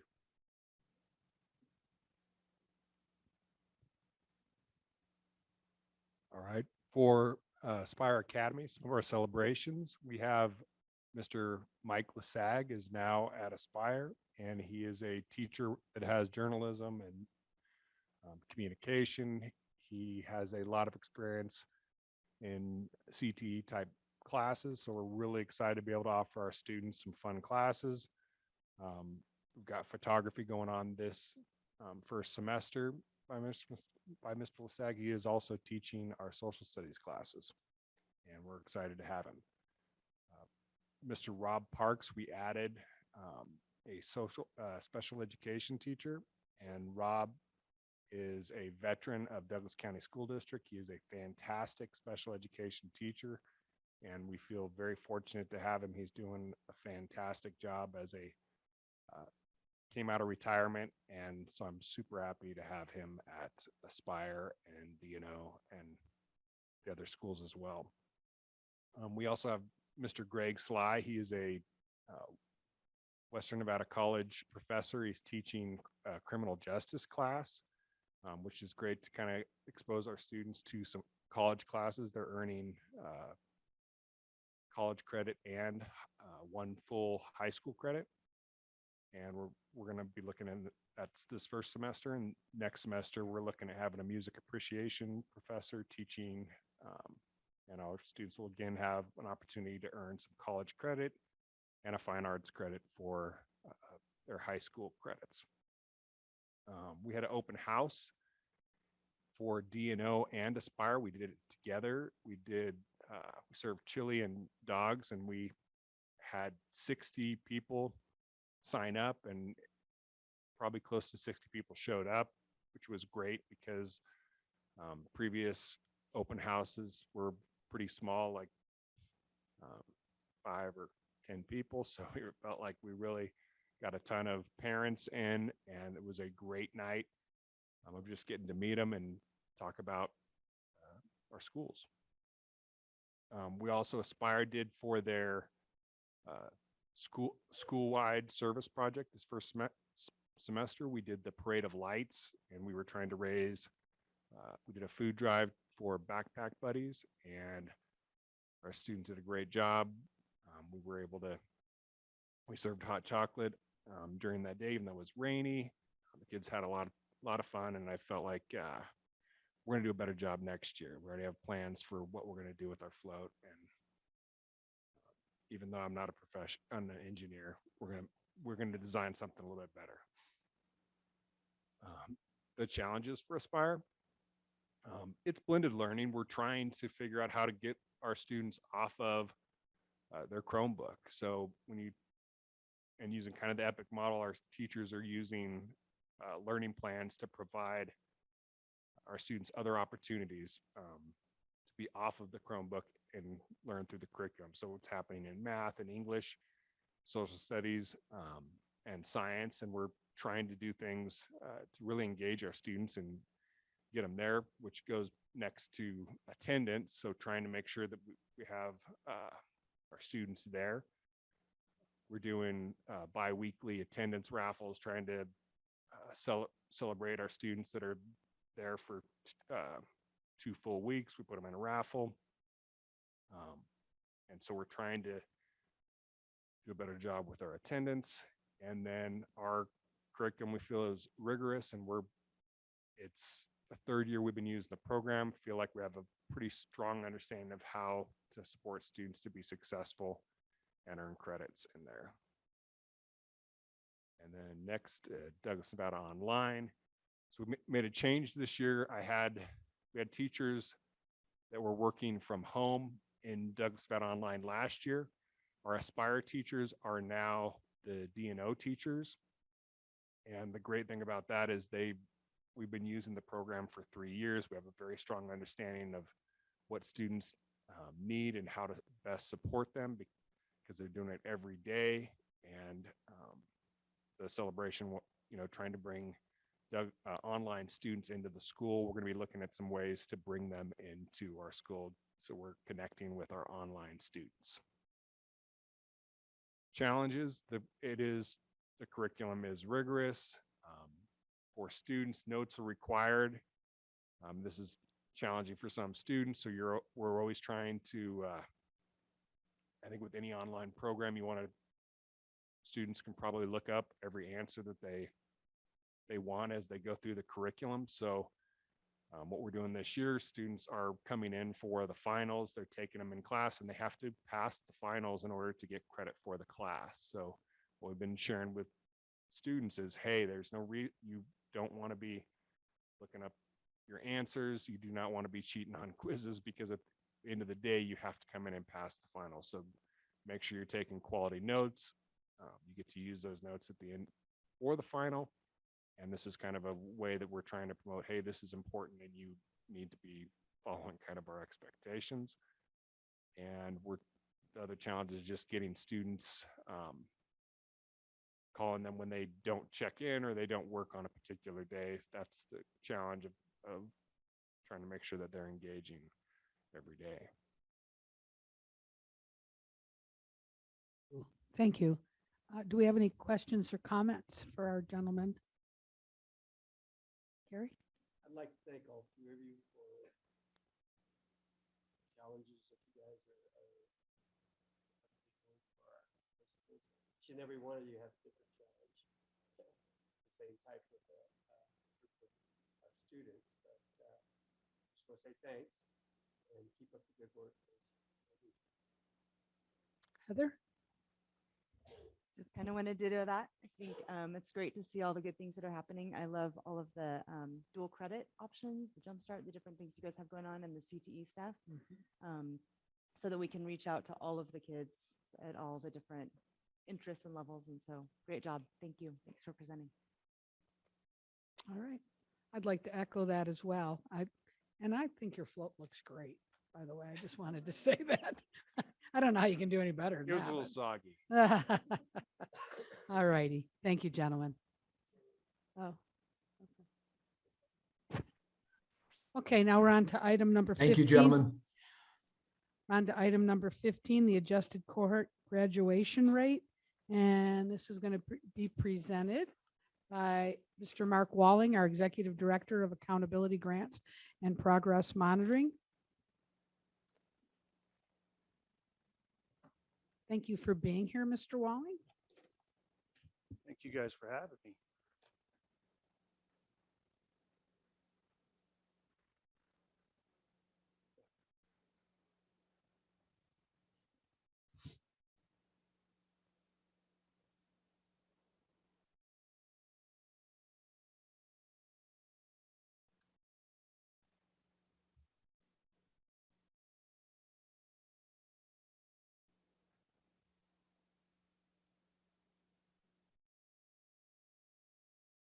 Ready?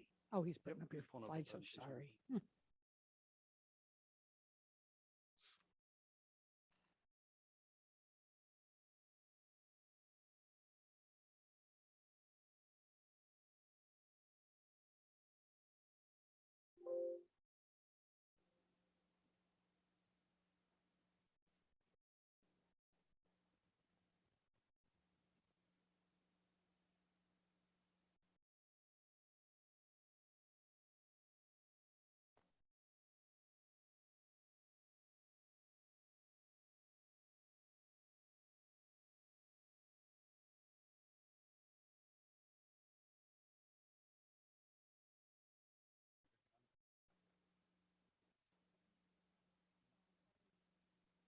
Oh, where's-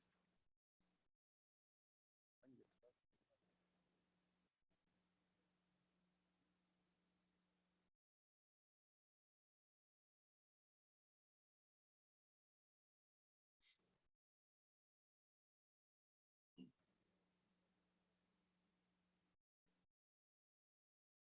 Okay, you guys want me to wait? Do you want me to go ahead and start?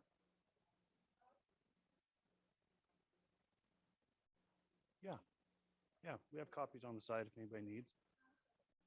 So I put together a presentation just to go through briefly with you all our reporting to the state for our adjusted cohort graduation rate.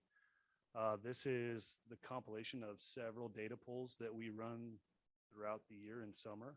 I need to give a huge shout out to Terry Olson. She's our accountability specialist in AGPM office, who does the lion's share of the work with pulling and reporting and filling out the data that the state needs for these. So first page, you guys have the definition of the adjusted cohort graduation rate.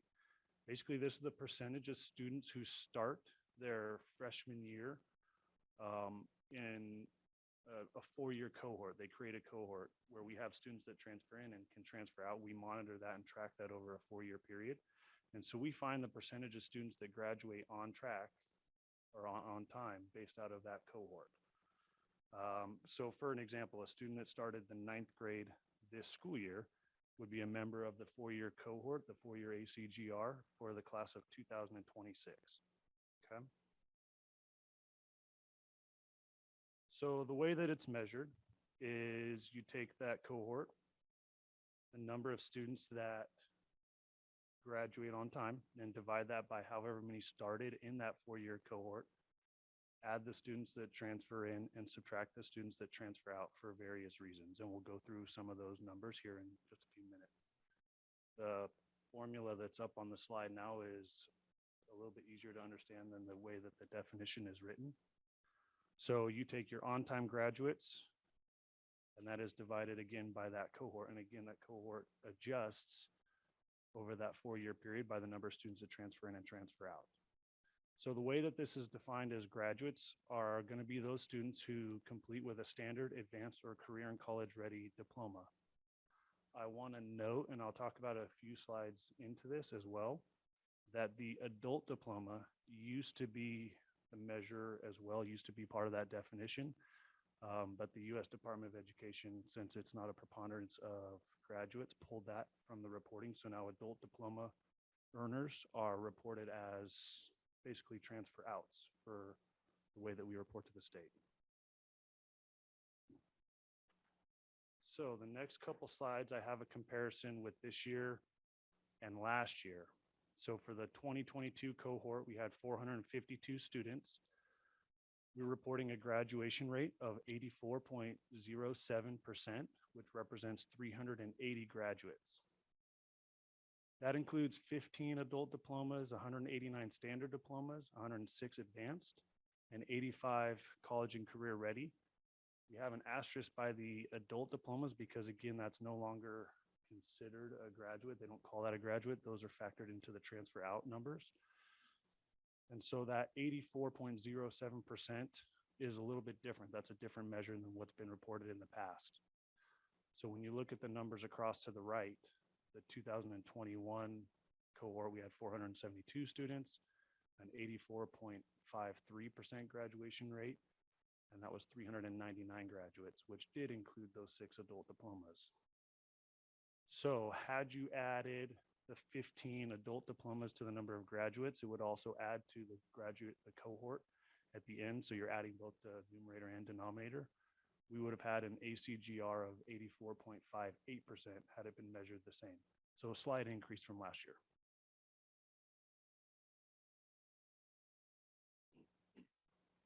On the next slide, you can see our breakdown. So 380 graduates. Those include standard, advanced, and career college-ready diplomas. 21 completers, which are adjusted diplomas and high school equivalency. Moving forward, we just had a recent conversation that we're going to include our adult diplomas as completers. So they're not going to be transfers out there. They're still not going to count towards our graduation rate for the state, but they are going to be completers for our local reporting for our local numbers. 15 students currently enrolled as a 5th-year senior, and 36 students that are considered dropouts. Again, you can see the numbers compared to last year. We had 472 in the class of 2021 with 399 graduates, 20 completers, 3 students enrolled as a 5th-year senior, and 50 students that were considered dropouts. A few highlights for this, you guys, would be the increased number of 5th-year seniors. We have students returning for their 5th year that didn't quite get it done in time. So we have an increase of students that want to come back and get that done. And I also wanted to notice the fewer number of students that were considered dropouts. Next slide. This gives a breakdown in comparison of some of our subpopulation grad rates. So our low income students had a grad rate of 68%, students with an IEP, 63.41%. Our EL population, 47.62%. Career and technical education students, 92.31%. And students in transition was 47.06. Those numbers definitely fluctuate and changed from the previous school year. In fact, the one that improved was our CTE numbers. Our CTE grad rate improved from 91 to 92. Some of the things to note with those subpopulations would just be the N sizes changed pretty significantly. So we had free and reduced lunch numbers grew. We made a bigger push. This is in a time, again, remember, where all lunches are free to students. And so getting the forms that we need to identify students as free and reduced lunch has been a little bit of a challenge over the last few years. But with a bigger push, we're seeing an increased number of those. We saw fewer students with IEPs in our graduating class, from 80 down to 57.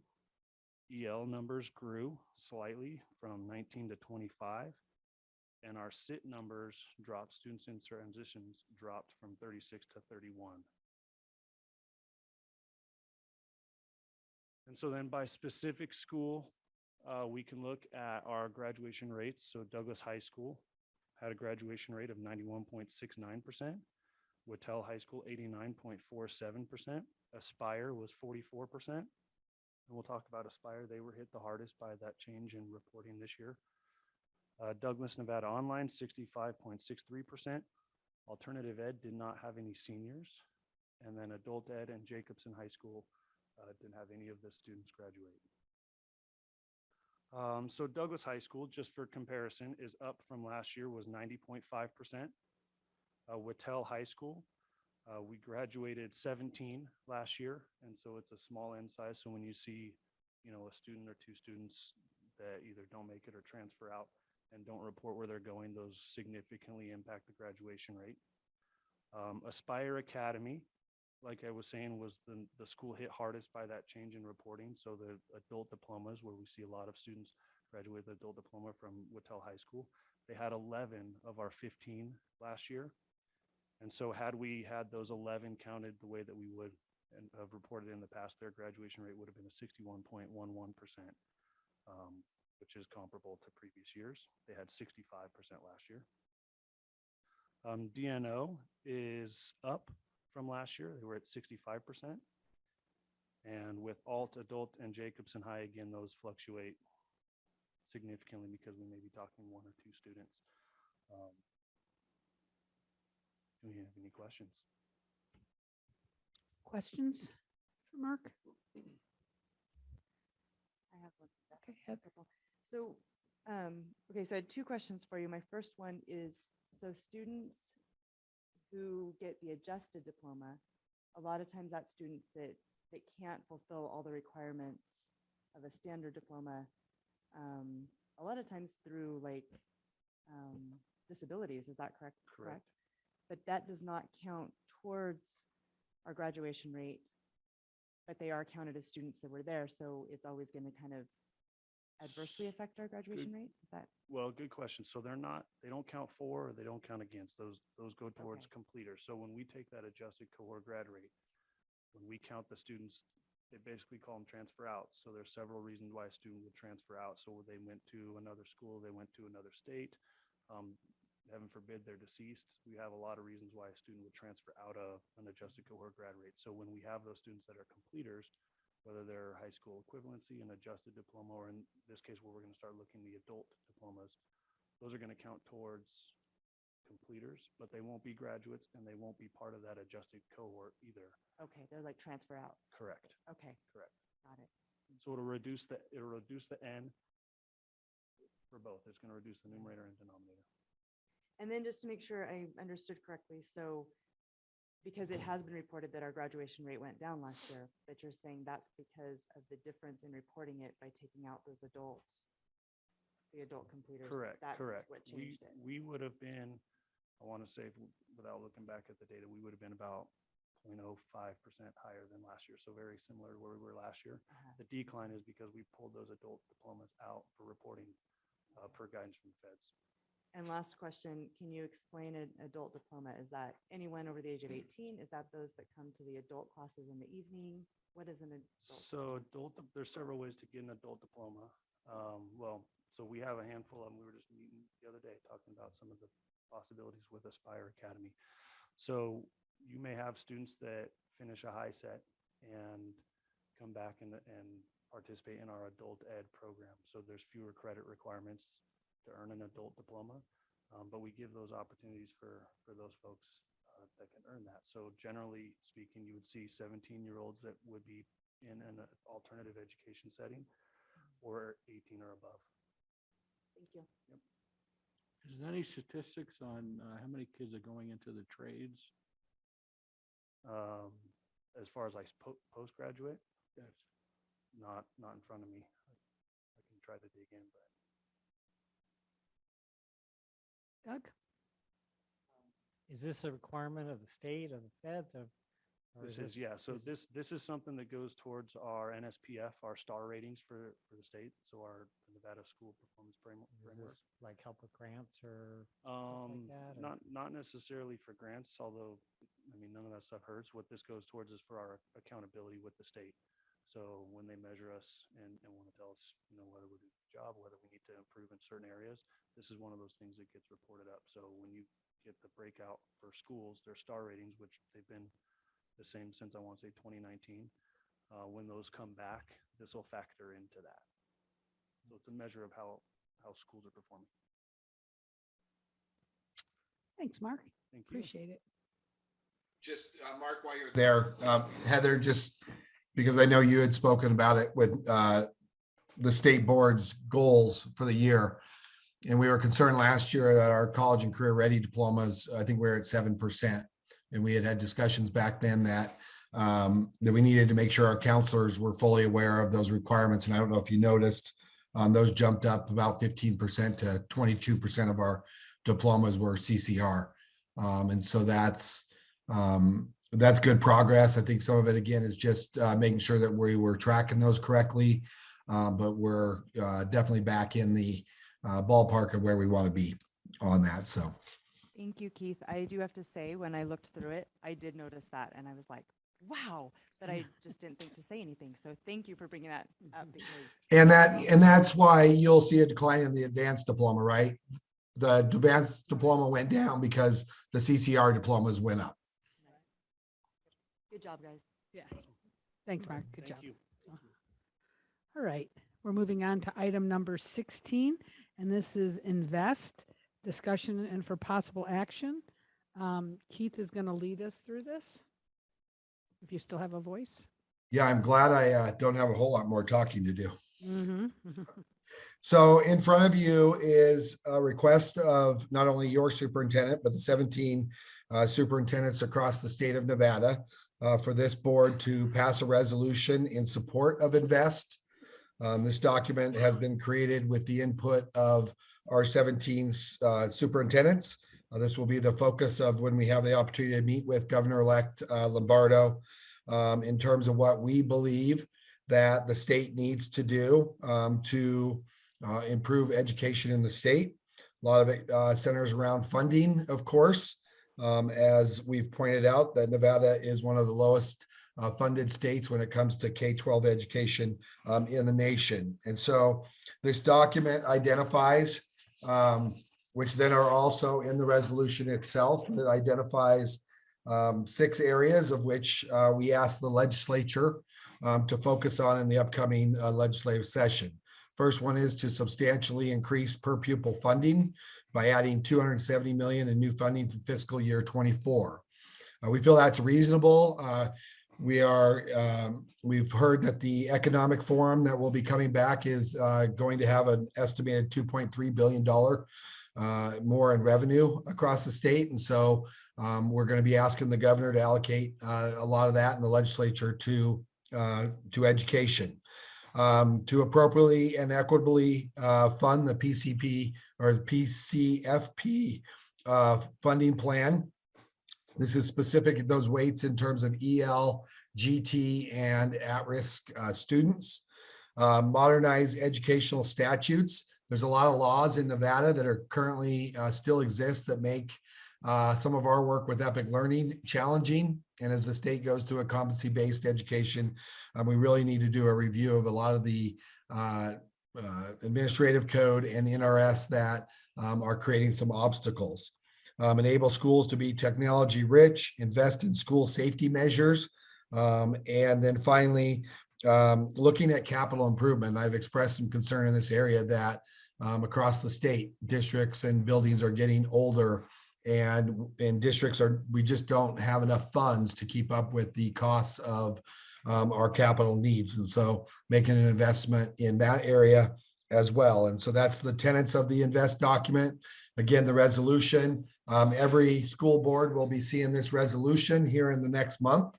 And I'm asking you to consider your endorsement of approving that resolution. Okay. Rob, do you have a question or comment? We've done this before, and probably do it again at some point. You know how this actually gets used, or is it just? What's that, Rob? Sorry. Do you know how this actually gets used by the legislature? We've done this before. We don't really get what we ask for, or even close. What, So I feel like, I will tell you, I feel like there is a more united front. I know that the State Board of Education has just released a position statement that was stronger than they've ever done in terms of the funding of K-12 education. We're going to be presenting to the state board as state superintendents. Again, I think that it does speak that the state is united on this front. Again, Rob, I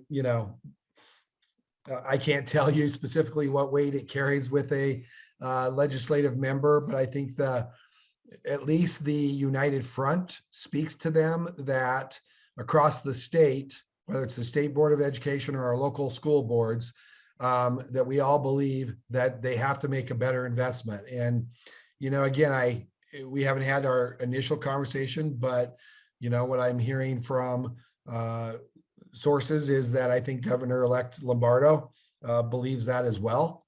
He obviously, as a sheriff, understands that connection between what his lifelong career has been and when education isn't a priority in a state and what that means. Any other comments? I have a quick question. You mentioned that we're asking for 270.8 million in new funding. Does that number also include the building of schools or capital improvements? So that's an estimate, and that's just again, and so it's looking at an incremental too. So that's just to kind of get us started. That would get us to kind of a equitable. We're really trying to get, to an adequate, but we're trying to get even more than that over the course of 10 years, Linda. So, and again, we understand that there's lots of needs in the state. And so, but again, we just have not made, Rob makes a great point. We talk about this every year. Everyone honors the problem, but then nothing gets done in the legislature and funding stays the same. Okay. Did I? Yeah, no, that's fine. Okay. But I don't think we stop trying. That's the other comment I have. Linda, can I make a Well, I Yes. told you, right? This Senator Mo Dennis recommended school districts give 20% raises and classified employees be compensated at least $20 an hour. And we would love that. We agree with that. But as we calculated that, that's a $1 billion price tag. And so again, I think we need them to step up and we're going to really be active. And again, I think that united front speaks volumes. Thank you. Heather? I just wanted to make a comment that I think, yeah, this is kind of a great first step, and it's kind of a way to show us what we need, what the priorities are for the districts and what they want.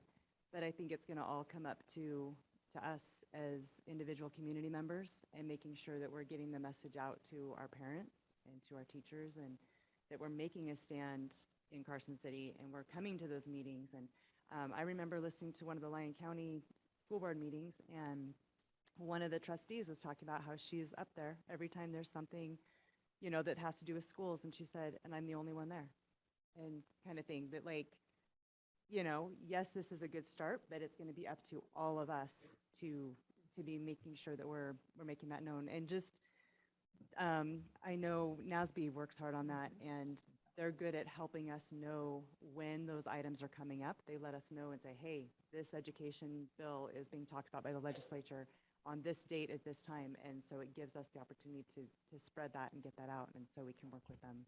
No, they also will ask people to come speak too, from the board or different, to be able to address the legislature at different times as well. Yes, Carrie? I'd just like to say I'm in support of it, no matter how, how trivial it may get as far as results, but it speaks of the truth, and we have to lobby for the truth. All right, thank you. Can I make a motion? Yes, please do. I'd like to make a motion that the board approve a resolution in support of Invest 2023. Okay. Motion was made by trustee Jackson, seconded by trustee Lehman. Is there any public comment on this? Mr. Burns?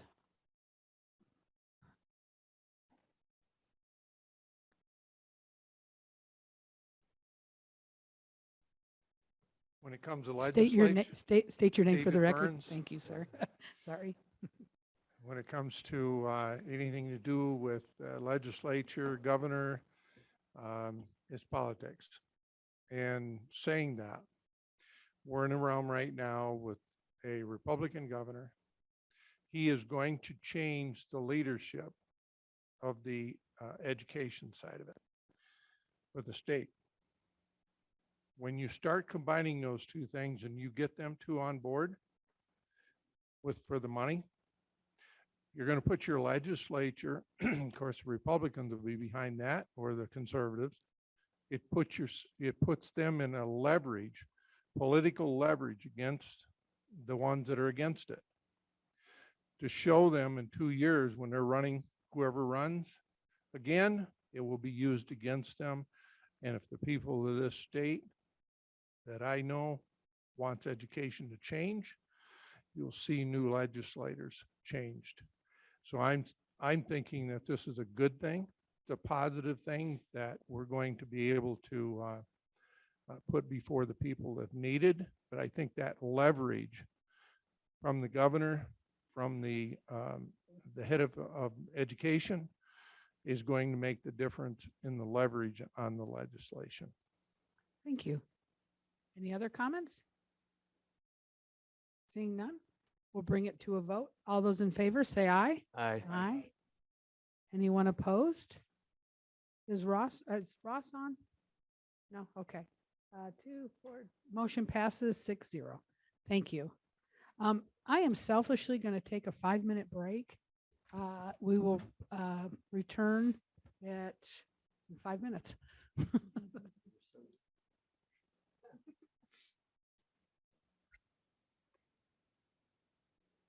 Thank you for that. We're going to move on to item number 17, which is a parent advisory committee. This is for discussion or possible action. This was put on our agenda for Rob and, well, was it Heather? I don't know. Ross was the second. Ross, thank you. Okay, thanks, Keith. I don't have that in front of me. Okay, so Rob, I'll let you go ahead. The thought here kind of came out of the next item as well. Have just different people to share their perspectives with the board. And I think these ideas came out of some trainings or conferences recently that were put on by NASB.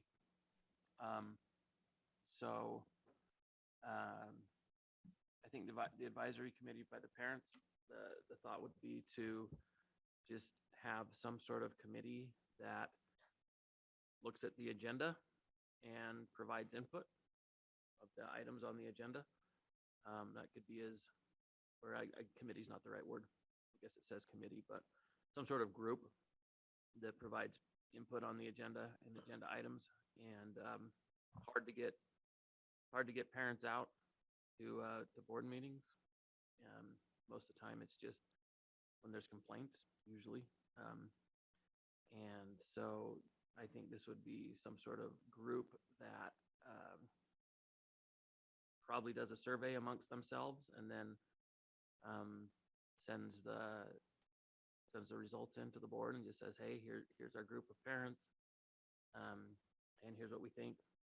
I think for this to have any help, you need to have some sort of critical mass of that group, right? I don't think a group of 7 parents would be much, but if the district tried to make a push to get people signed up and they had, the parents, 20% of our parents signed up to that to give input, I think that would be pretty meaningful.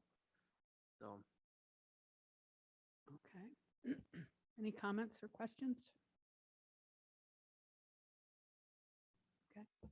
Gonna put the legwork in on this. So yeah, that's a great question. There are a few parents out there that I think are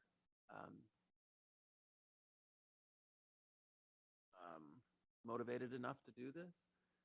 And what I know is that this isn't something that the cabinet wants or should be taking on.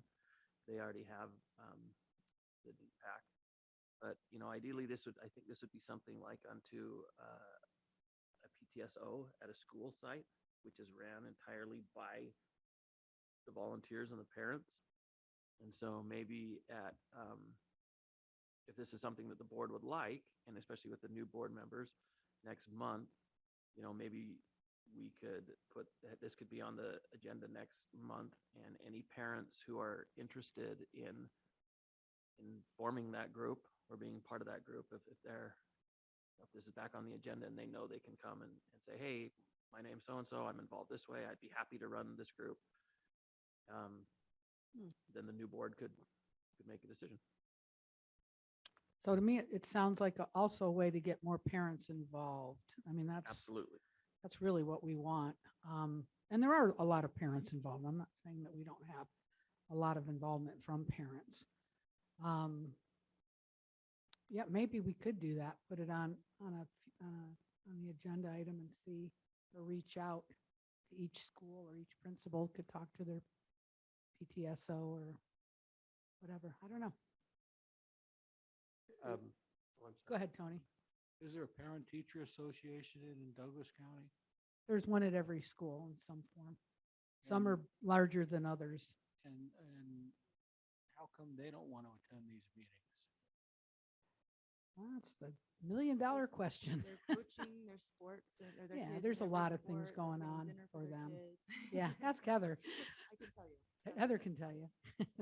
But yeah, their parents are busy in the evening. You know, it's hard for them to come out even at 4 o'clock, you know, to come out to a meeting when they know they got to go home and feed or go to games or homework and things like that. Well, I think the structure of this would be very important because we do have PTSOs, we have the DPAC, which could be enhanced. Those are all entities that are alive and usable. And it's just the same thing. You got to get them to come. If this is something that we want to float and let the public say this is better than what we have, then and it becomes a usable thing, I got no problem. with it. So my thought, at least, as I was trying to think this through, was I don't think you're ever going to get a lot of people out here. I Right. just don't, you know. School night. Parents have kids, and they're doing all that. But if there was a group that, if somebody would head it up and say, I mean, our agendas come out on Wednesday. On Thursday, if they sent out an email to all the group members and said, hey, here's the agenda, and there's some sort of survey attached, like, would you like to weigh in on any agenda items? And then that data was just given back to the board, then those parents are actually, their voices are actually being heard on the agenda items without them actually having to be here. 1 or 2 representatives would show up and say, hey, here's the results of our survey. Here's the result of what our group thinks about these items. And that way, you know, it's something they can do on their own time. And I you know, certainly anything's worth a try. They've got to get involved and do that. So I agree. I have not a problem. Well, what I'd like to say about that is we have our DPAC, we had our, we got together and did our strategic plan, our strategic plan, and there were parents involved on that. Each school some has more than others, some have very few, some have more, you know, parents involved in a PTSO. I don't know, maybe to start off with is to find out from the principals about their PTSOs, or I mean, this is just, you know, I'm just talking. I don't really know. I wrap my brain around it. it's almost like, also, you could throw it out there, but in my experience, whenever I've really needed some help, it's almost a personal invitation to ask, to personally invite people who you think might be interested parents. Not include anybody, but just to get started, to, you know, take the people that you think might be interested in and invite them to join this type of group. I know when DPAC was started, I don't know how, Roy Casey, I mean, I don't even know him anymore, but I was personally invited to attend it with someone else. And, you know, and so. I think the difference, at least with this thought, is that none of those other groups, CPAC or the strategic plan, none of those exist or even have anything in place to weigh in on the agenda. They're doing their own thing, right? They're planning their fund run or their whatever. So what this is something specifically to weigh in. So I think a way to move this forward without tying the hands of the next board is just to say, let's put this on the agenda again next month. Okay. And let's make, and let the public know that if anybody is willing to or wants to start this group, to come to the meeting next month and say, hey, I'm here, or I'm here with these other 3 people, and we're willing to take this on, and we're willing to start this. And then that keeps this idea going by putting it on the agenda item, but doesn't make any final decisions. Keith, are you able to hear the things that we're saying? I am a little bit better now. Karen did something on her end. Okay. So I guess, yeah, Oh, okay. are you just asking if I can hear, or do you want an opinion? No, go ahead. Yep, we're Yeah, ready. go ahead. So yeah, I guess I understand concept, struggling what the board action would be without making it a committee of the board. And so I definitely gather concept, and maybe Rick can help us a little bit with that, what this would look like in terms of board action. Before Rick talks, I mean, really quick, any group of parents could just go off and do this on their own. Like, there's no board action needed. Like, Right. any group could get together and say, we are the Douglas County Parents Association, and here's a list of our membership, and this is how we feel about each item, right? And they could come in and talk and present their data and their surveys. I guess what this would be, I guess, more or less would just be recognizing them and giving them a chance to talk on agenda items that they'd like to talk on. Okay. Okay. All right. Sure. Go ahead. I think if there's some parents that want to come in and do something like this, it's fine. On one hand, I'm thinking, you know, that's why we have school board members, is we're elected by the community to come in here and work through school functions. So, you know, in some ways, that's kind of our job. Another point is that, Well, this would be specifically, sorry. well, I mean, if some parents want to come in and do something like this, you know, that's fine. And then maybe makes our school board meetings 15 minutes longer, to be thought of mine. But if they want to have that and they want to come comment, you know, or have a special position where they come in or they can send stuff to the board before the meeting, I guess if they want to do it, fine. But I mean, I think public comment is where these things can be addressed just as easily. And you say people don't come in, but, you know, well, if they're not going to come in for that, then what are the chances of them wanting to step up to the plate and do some kind of meeting? So if parents want to do it, fine, but I'm not sure I see a reason to push it. I see the fear of participation, but you float the idea. I don't think it hurts anything to put it on the next agenda, see if somebody steps up. This in the schoolhouse corner in the newspaper. I mean, I suppose we could. Parents that want to sign up for this group, please sign up. Again, this would take somebody stepping up and leading the group from the community. So would this be something where we could, I don't know, have an email that goes out to parents of just saying, hey, we welcome your support. We would love to have more parent involvement in our school board, in the school board meetings and things that are going on. And if anyone is interested, like maybe it was something that way, because that way it would get out to parents. Yeah. That maybe that would be the whole role of the school board, is just letting people know we'd Just love to using have the you. email base, Yeah, basically, using the basically. communication system. And just saying, hey, if you're interested, come to the next school board meeting or whatever, and let them know or whatever, or something, just to say, hey, yeah, just a way to get it out. And then it would be up to parents whether they jump on and do it or, or whatever. I don't know. Just a thought. Right. Have it on the agenda. Can we send out an email to parents? And then if they show up and they want to, during a discussion time of this topic, we can have public comment and they come up and we can dialogue with them. I guess that's point. another thing we could do. We could ask the school, we could ask the district to send out an email to parents and say, would you be interested in filling out a survey on agenda items? Would you like to be a part of that group? And if that email goes out once or twice between now and next board meeting and a bunch of people sign up, well, then we know there's interest.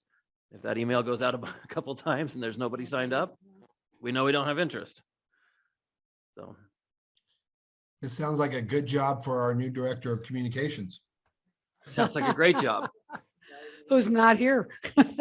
So great idea. But as you've kind of talked, I mean, it would be easy. Why don't we send our agenda out to all parents, when we release it? It's a couple keystrokes on the computer and you're at least, all parents are receiving the board agenda from the district. And then that could spur the next step of this. But certainly we could, if you guys want to direct us, staff to seek community input, we can certainly do that. And That's actually not a bad, so what if the district, every time agenda went out, just sent out the agenda and attached to that agenda was a survey and people could just respond, like, would you like the board to pass or not pass these agenda items? And then it just comes back as a survey every time. Like that is easy, right? I mean, a survey is simple to set up, right? And then there could be a comment box. Karen, those are. Okay.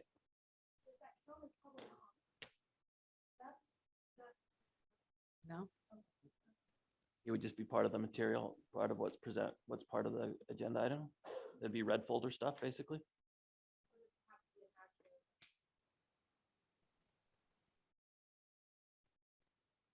So the concept is for each agenda that you post.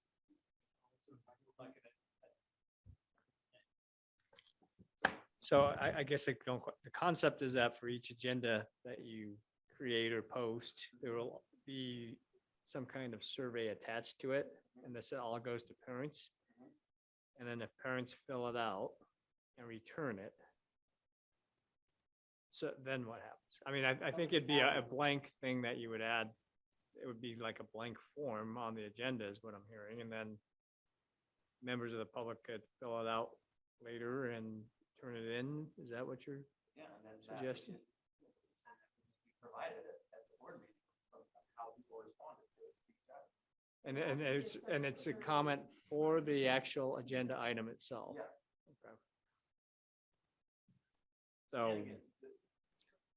Yeah, the whole idea. On the agenda next and let the new board discuss it. I think there's appetite for parents, at least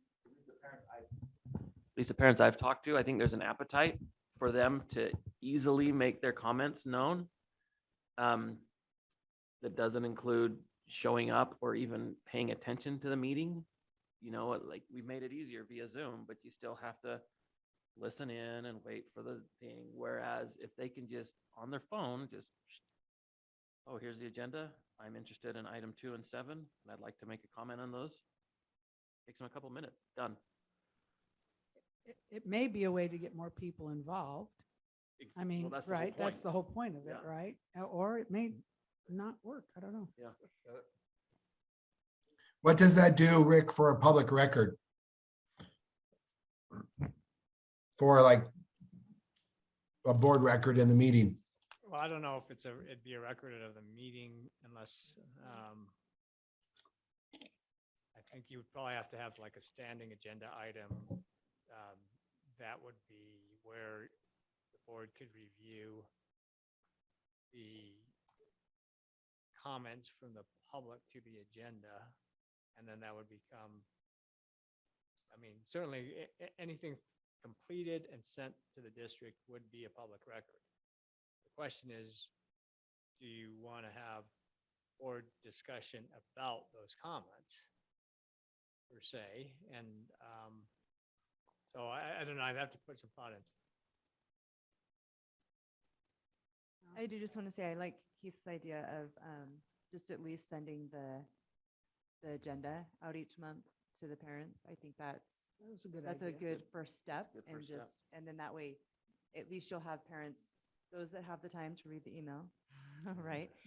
And see things, then they will know what's on the agenda and they have the opportunity to come if none of the other stuff works out. But I think that's at least a good first step or something we could try. The other thing, it might be able to be put on under correspondence, Yeah, That's true. potential could be. That right? could go under People correspondence. write in and have Right. comments or whatever. They're writing to the board, to all of us. So Right, that's actually not a bad idea, Linda. And then with respect to sending it to parents, you could just blast it with a web link to the agenda And- itself. And if we show that we received it and we talk about it, then that might make parents feel more empowered to want to, to come or speak. I don't know. Let me, can I ask another question? Assume, Keith, this is to you. Assume there's a group that wants to do this, that wants to put the legwork into it. If they provided you with the email and survey to send out each month, because we wouldn't give this group a list of our email addresses. That's just not anything we would do. No, all the parents' email addresses. The district could then send that out, right? Like here, just going along on your idea of the email. Here's the agenda. And there's also a group, the Douglas County Parents Association. And if you would like to make your comments known, follow this link. And you could just include that, right? Yeah, I don't see an issue with that. So why don't we just put it on the agenda next month? And then if anybody is interested in doing this, we can let them speak, maybe give them 5 minutes instead of 3 on this particular item to say, hey, here's who I am, here are the other people who will do it with me, and here's how we would run it. And then they can make a decision to do it or not.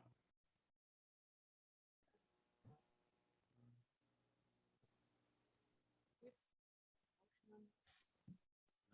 just discussion. It's discussion, but if you're creating an actual committee, that's a board. No, we're not. sponsored No, committee. that would only happen next month. This is just. I understand, but I'm just saying. Yeah. For next month, the discussion for next month, if you're creating a committee, then you have open meeting law issues too, if it's an actual recognized. Yeah, so it wouldn't be a of the board. committee. Anyway, just put it on the agenda and let the new board talk about it. I mean, I know they want input from the parents, and so this puts it on the agenda already. And gives it a chance to be discussed. Well, why don't we just do that when we get to future agenda items? Yeah, We I could think do it that's- then too. that's a good That's, idea, we'll Jim. do it. That's what I was going to suggest. We do that for future agenda. items. Okay, we're going to move along then, right? We're good with that. Item number 18 is student board representation. Yeah,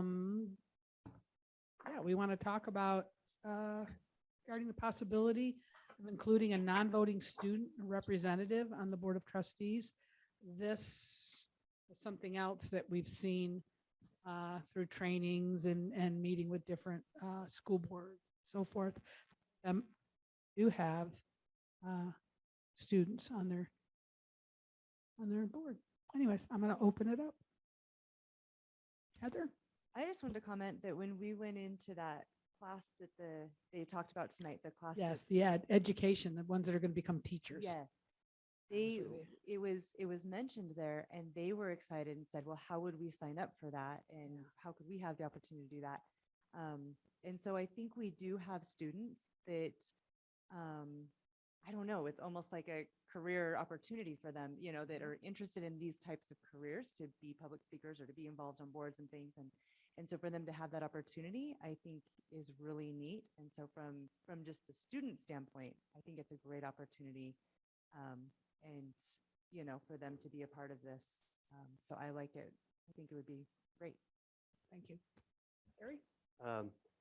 Certainly not against it. I think that there's a selection process that would be kind of tiptoeing through. I do like what Carson and Eureka are doing, where they have a board. They don't have a representative, but the board does get a student report from the high school at each meeting. So you have student representatives that are bringing input from the school. And they're not being selected as opposed to someone else not being selected. Thank you. Doug? I think if students want to weigh in, they can come and make public comment. So I'm not sure it's needed. I like the idea. I've been to a couple, some of the conferences I've been to talk specifically about this. It gives, there's public comment, but then there's discussion where you can actually bring stuff up like we're doing right now. And I think to have a student's voice on there would be very, very valuable. And I would be all for that. And I think the action we would take tonight would be to instruct staff to put together a plan on how to implement having a non-voting student voice as part of the board meeting. And then they could bring it back and explain how it'd be done. They could talk to principals on how to find that student. I know, I was also with Heather at that class, and the class that we attended was students that are looking to become teachers, and they wanted to learn the whole process of the school district, from school board members to, you know, everything that they're going through and learning. And they did express an interest that they would like to be part of the board. I'm not sure how we would select, but we did have quite a few kids at that, just in that one class, that were really interested in doing this. Again, they're a non-voting member, but also we get their perspective on it. I think sometimes we forget as adults, and some of us are older adults, and, you know, we think that we know, you know, the way things should be. And I think sometimes we need to refer back to our young people to they're very smart and have lots of ideas. So I think putting a student on the board would not be a bad idea, and I'd be all for it myself. So this is we discussed possible action. Do we want to make a?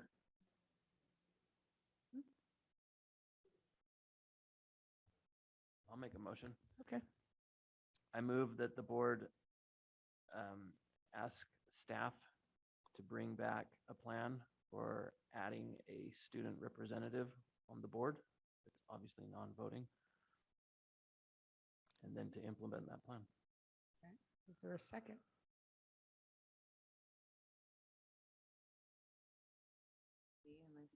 No, just if somebody needs to have a second.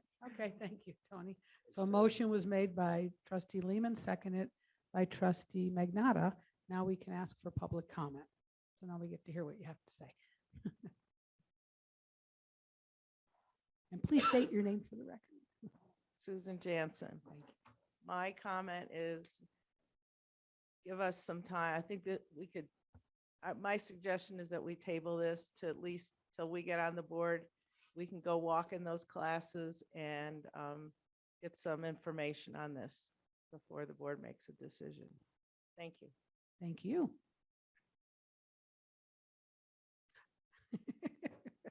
Mr. Burns, please state your name for the record because we're taping. David Burns. we got to keep in mind, this is elected officials. So you now have, you're going to put non-voting, but you subject that person, if they're going to speak, you subject it to any comments from maybe parent people in the back here. And you know how that can get sometimes. I do not suggest you put a student in that realm. If you want to put them on the board, it's non-speaking as well. They can present all the facts, all the information to us, but they should not vote and they should not speak. Otherwise, you're going to get a retaliation sometimes. And I don't think you should subject a student to that. Thank you. A legal ramification on having a minor in this situation? Trustee Magnotta, it's a non-voting member for student input. It looks like there's precedence and multiple counties have done it. I don't think there's any legal ramifications of doing it. They're not elected. They're not voting. They're, I'm hearing some anecdotal discussion about how it might be good for student participation and people are interested in either teaching or in government. So I've seen it at Washoe meetings before. From a legal standpoint, it's not an issue as long as it's non-voting. Oh, okay, thank you. We'll take that one first, and then Mr. Nicholas will take you next.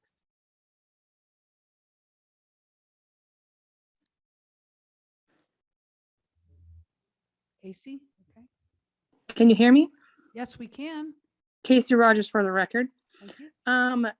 Putting somebody in that has a brain that's underdeveloped to make decisions or even talk about anything, maybe it might be good experience for the student, but I don't think it's acceptable in any realm that has to do with elected officials becoming part of a board body.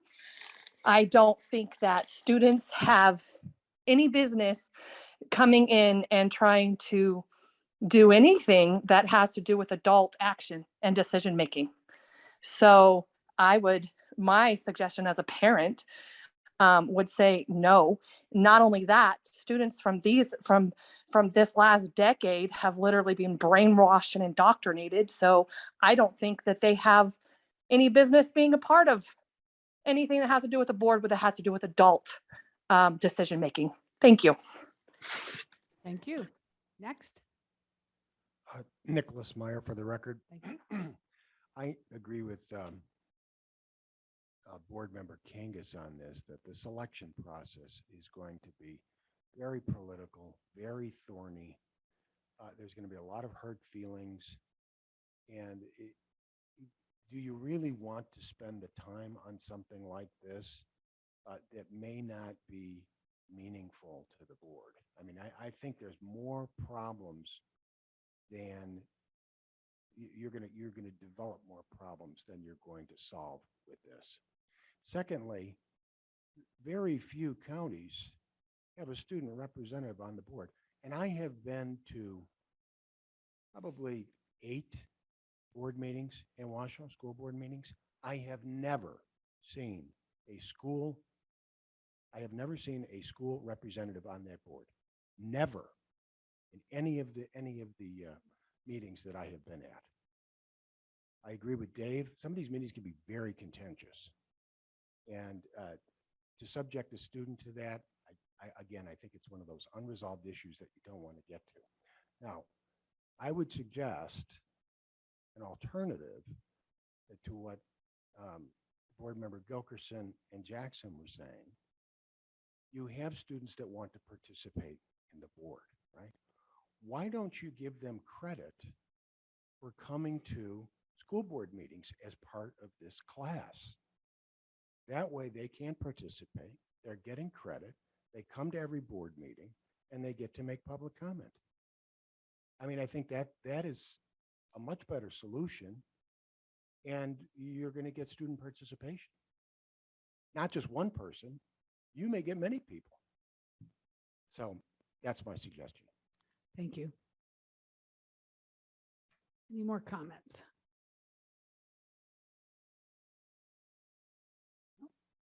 All So, Heather?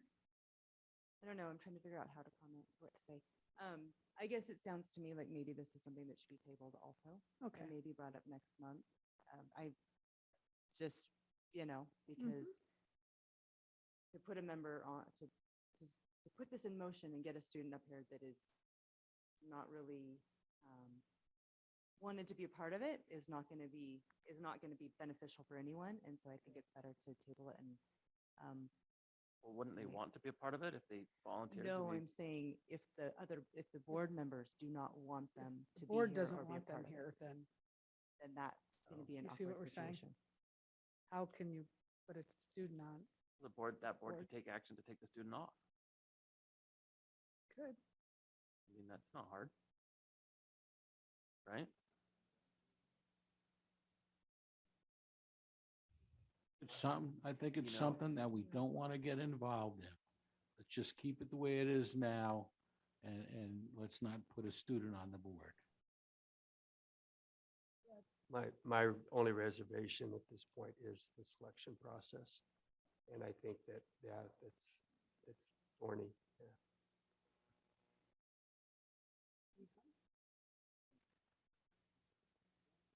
There's a pending motion. You can either vote on it, or if you want to table it, you can Who have made the the motion? I person who made the motion and the Bob made the person motion. who seconded to agree to withdraw it.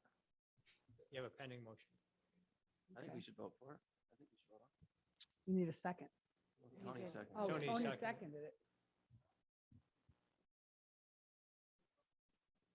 Well, I think Can't- you have He to wait needs to until speak the into his person- microphone. He's on. Use your microphone. Objective was, And what, can you tell me how we changed that? Can you expand on that more, please? What do you mean by that? what's the motion? Repeat the motion. Karen?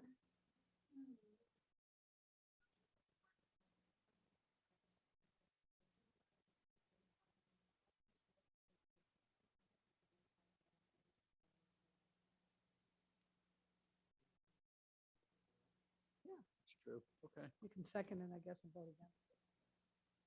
All right. Seeing no more, I guess we'll go ahead and bring it to a vote.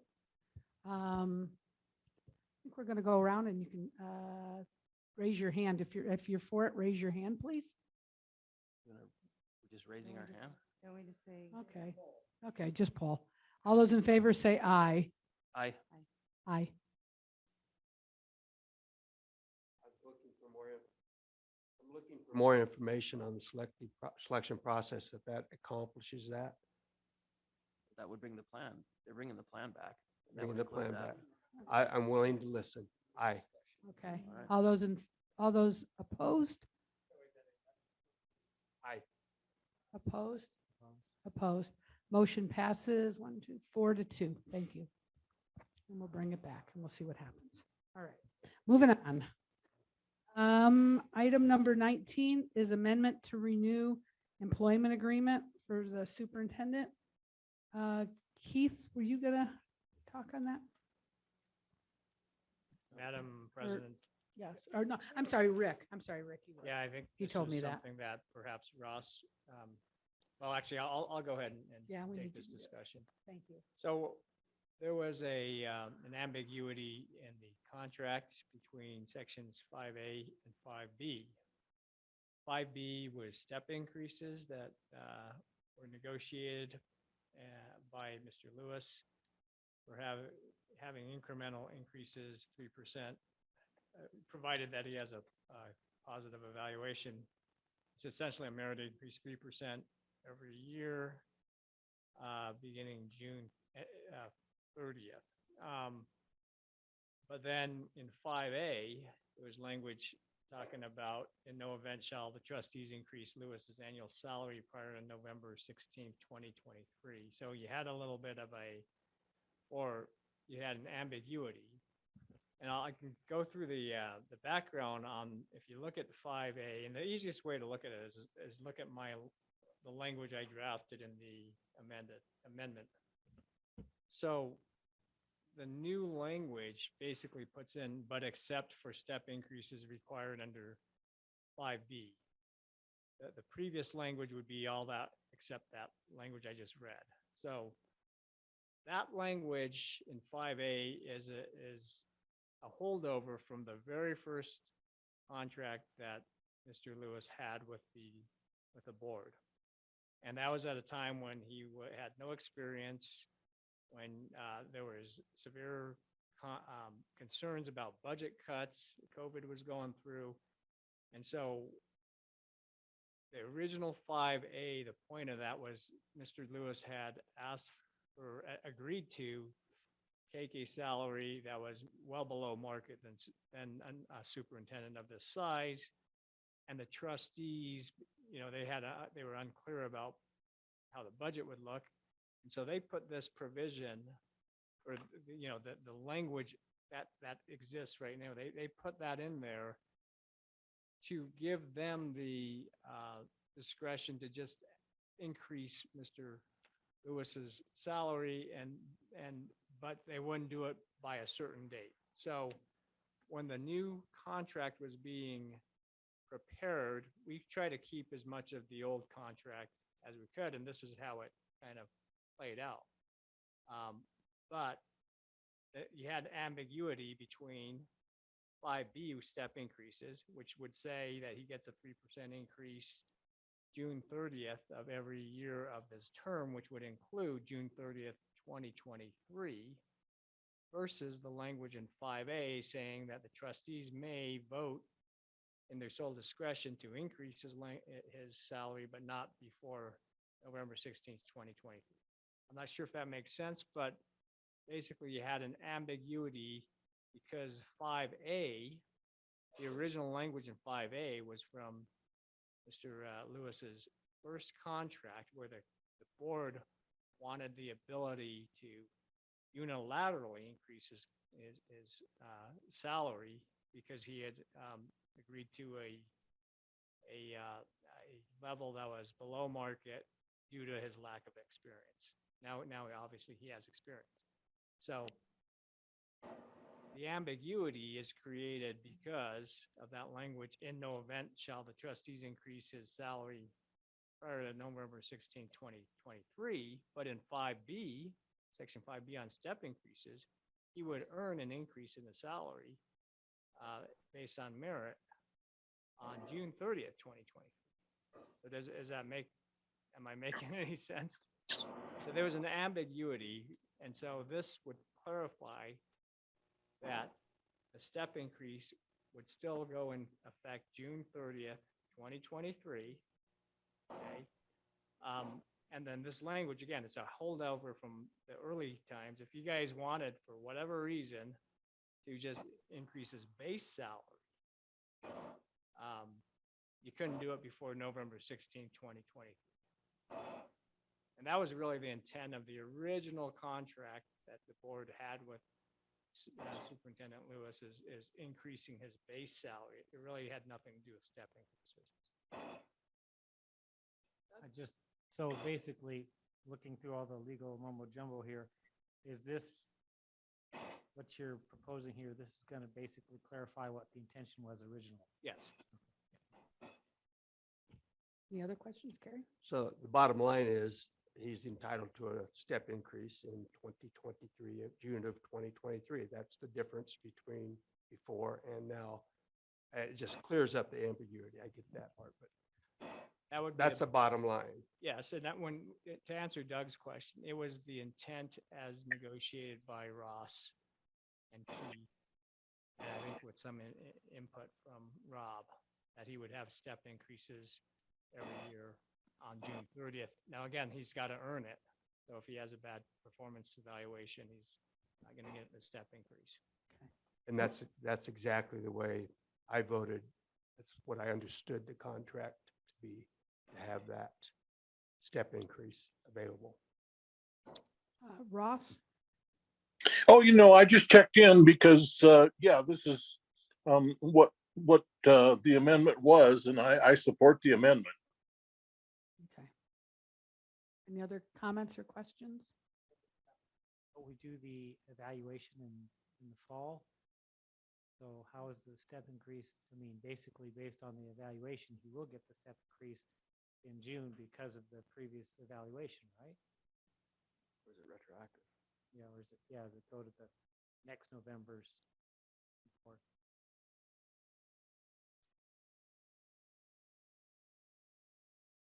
Ross, did you hear that question? No, I didn't. Oh. Can you go ahead and repeat it?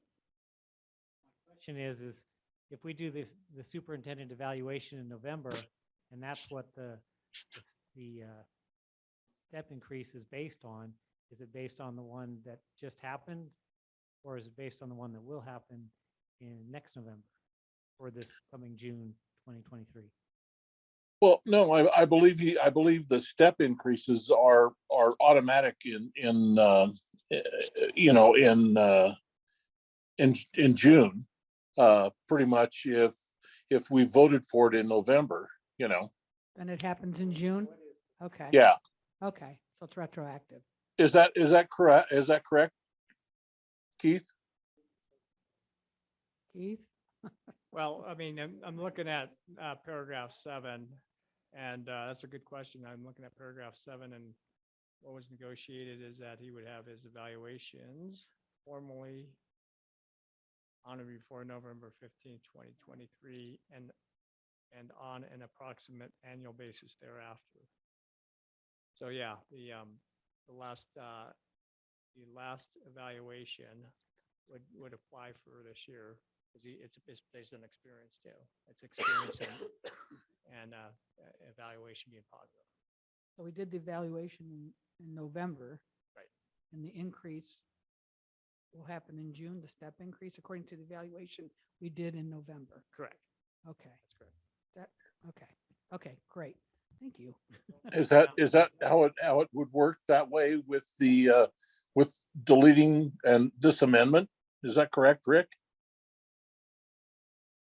The amendment is just to clarify that he gets the step increase on June 30th, 2023. Right. Yes. Okay, All right. good. That's what we intended, Yes. or I did. All right, great. All right, so I guess we need to make a, go ahead.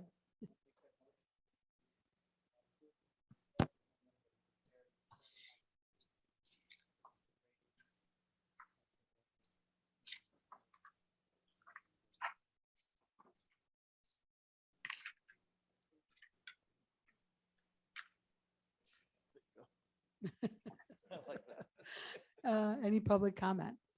Go ahead. Yeah, come on up. State your name.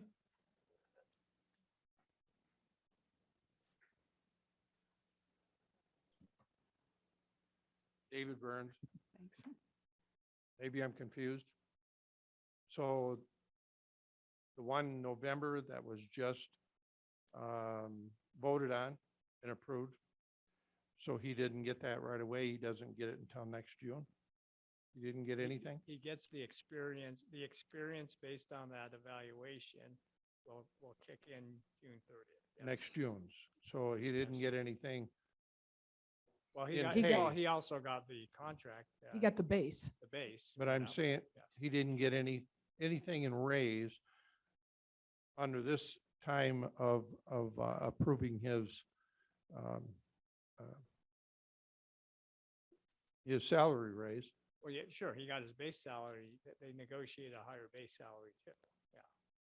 But he gets the experience step. So he got a raise now, and then he's going to get a raise in June. He'll get a step increase. Step 3%, increase. correct. That's a it's a term used a lot in public employee salaries. So. But yes, the short answer is yes. So he got it here in November. And then he's going to get it again in June. He'll get a 3% step increase if he continues working through June 30th. Yes. Okay. Any other comments? The step increase is similar to all other employees in the district, that they all, as their experience increases, they step up in salary. Is Step, that yes, correct? that's correct. So the step is just, that's part of all. Part of all our employees, All Right, step I- increase. I don't know if that's true necessarily, if you get a negative evaluation. I Well, can't remember. sure, Right. with a positive evaluation. If you get a negative evaluation, I don't know if all the contracts say you don't get your step increase. We'd have to go through that, but I know that that concept is there in collective bargaining agreements all throughout this public sector employment. All right. A motion was made. It was seconded. Any other comments from the board? If not, let's bring it to a vote. All in favor? Aye. Aye. Anyone opposed? Motion passes 7-0. Thank you. All right, where are we? Closed session. I move that the board recess to close session in order to discuss matters with its management representatives pursuant to NRS 288.2204. Second, any comment? Seeing none, bring it to a vote. All those in favor? Aye. Aye. Anyone opposed? None. Motion passes to go into closed session 7-0.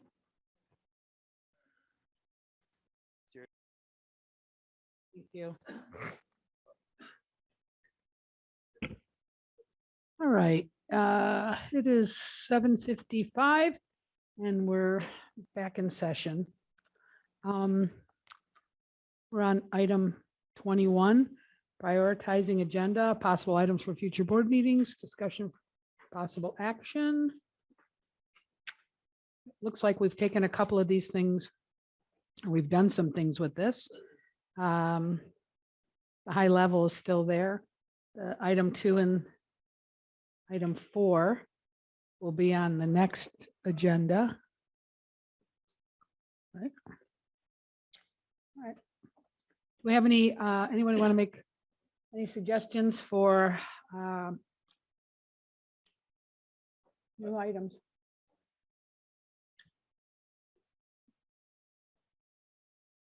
Yes.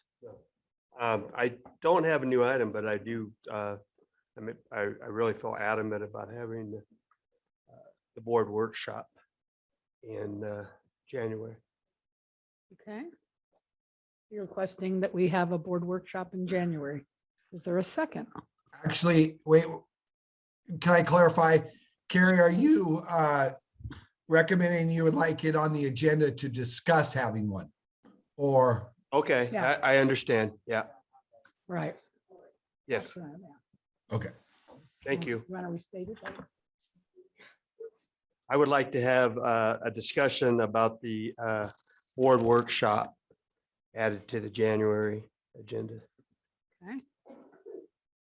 It's just, wow, I'm not going to second that. Someone else Okay. can. I mean, I'm happy to, but I don't think it's.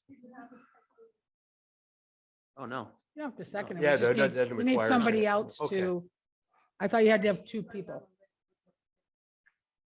Oh, got it. Yeah. Help So me you- out. So you'd like it on the agenda for next month is all you're saying? Yeah, Yeah. we're just gonna put the current future board agenda item on next month's agenda. It has to do with the board workshop. I need a No, you- confirmation don't. from No, some you other don't. board No, member. you don't. I It's don't, already okay, on. it's done. Okay, that's it. You're just directing me to do it. Yeah, we direct you to do it. Okay. We'll direct Um, Keith to Are you do going it. to do the agenda item about the parent group next month? I think, yes, it'll probably be on there. It's on- Is it not on here? Rob, could I recommend that we don't say for next month because of the break coming up? And then coming out of break, it's not going to give us a lot of time to put together a plan of like when the kids would be. Oh, sorry, I'm talking student. Never mind. Forgive me. This is the parent group. Oh, this would be Yeah. the, yeah, that was the parent group.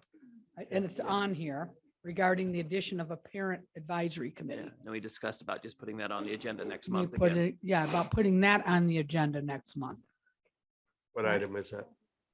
number 2. I would like to see item number 2.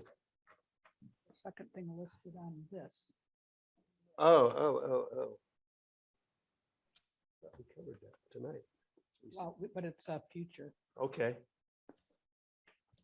I'd also like to direct Keith to put the second item on the list, which is a discussion regarding the addition of a parent advisory committee in the January agenda.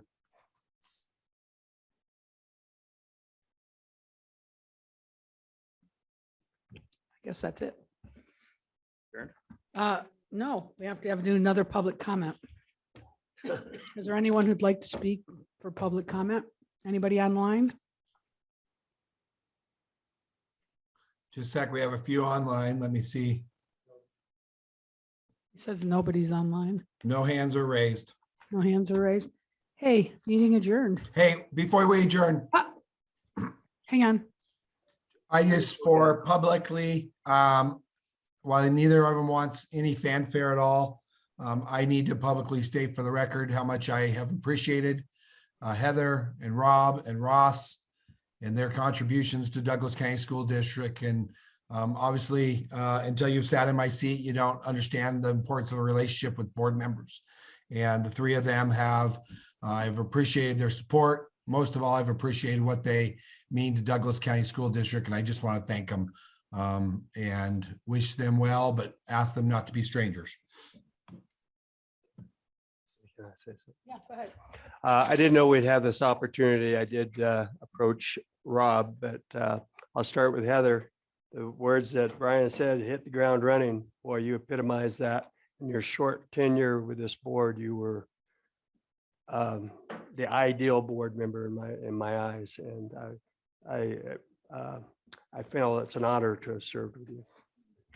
With Rob, I said the discussion items that he always brought to our board members or our board meetings was always intriguing, always developed a lot of robust conversation, and I'm going to miss his input, and thank you.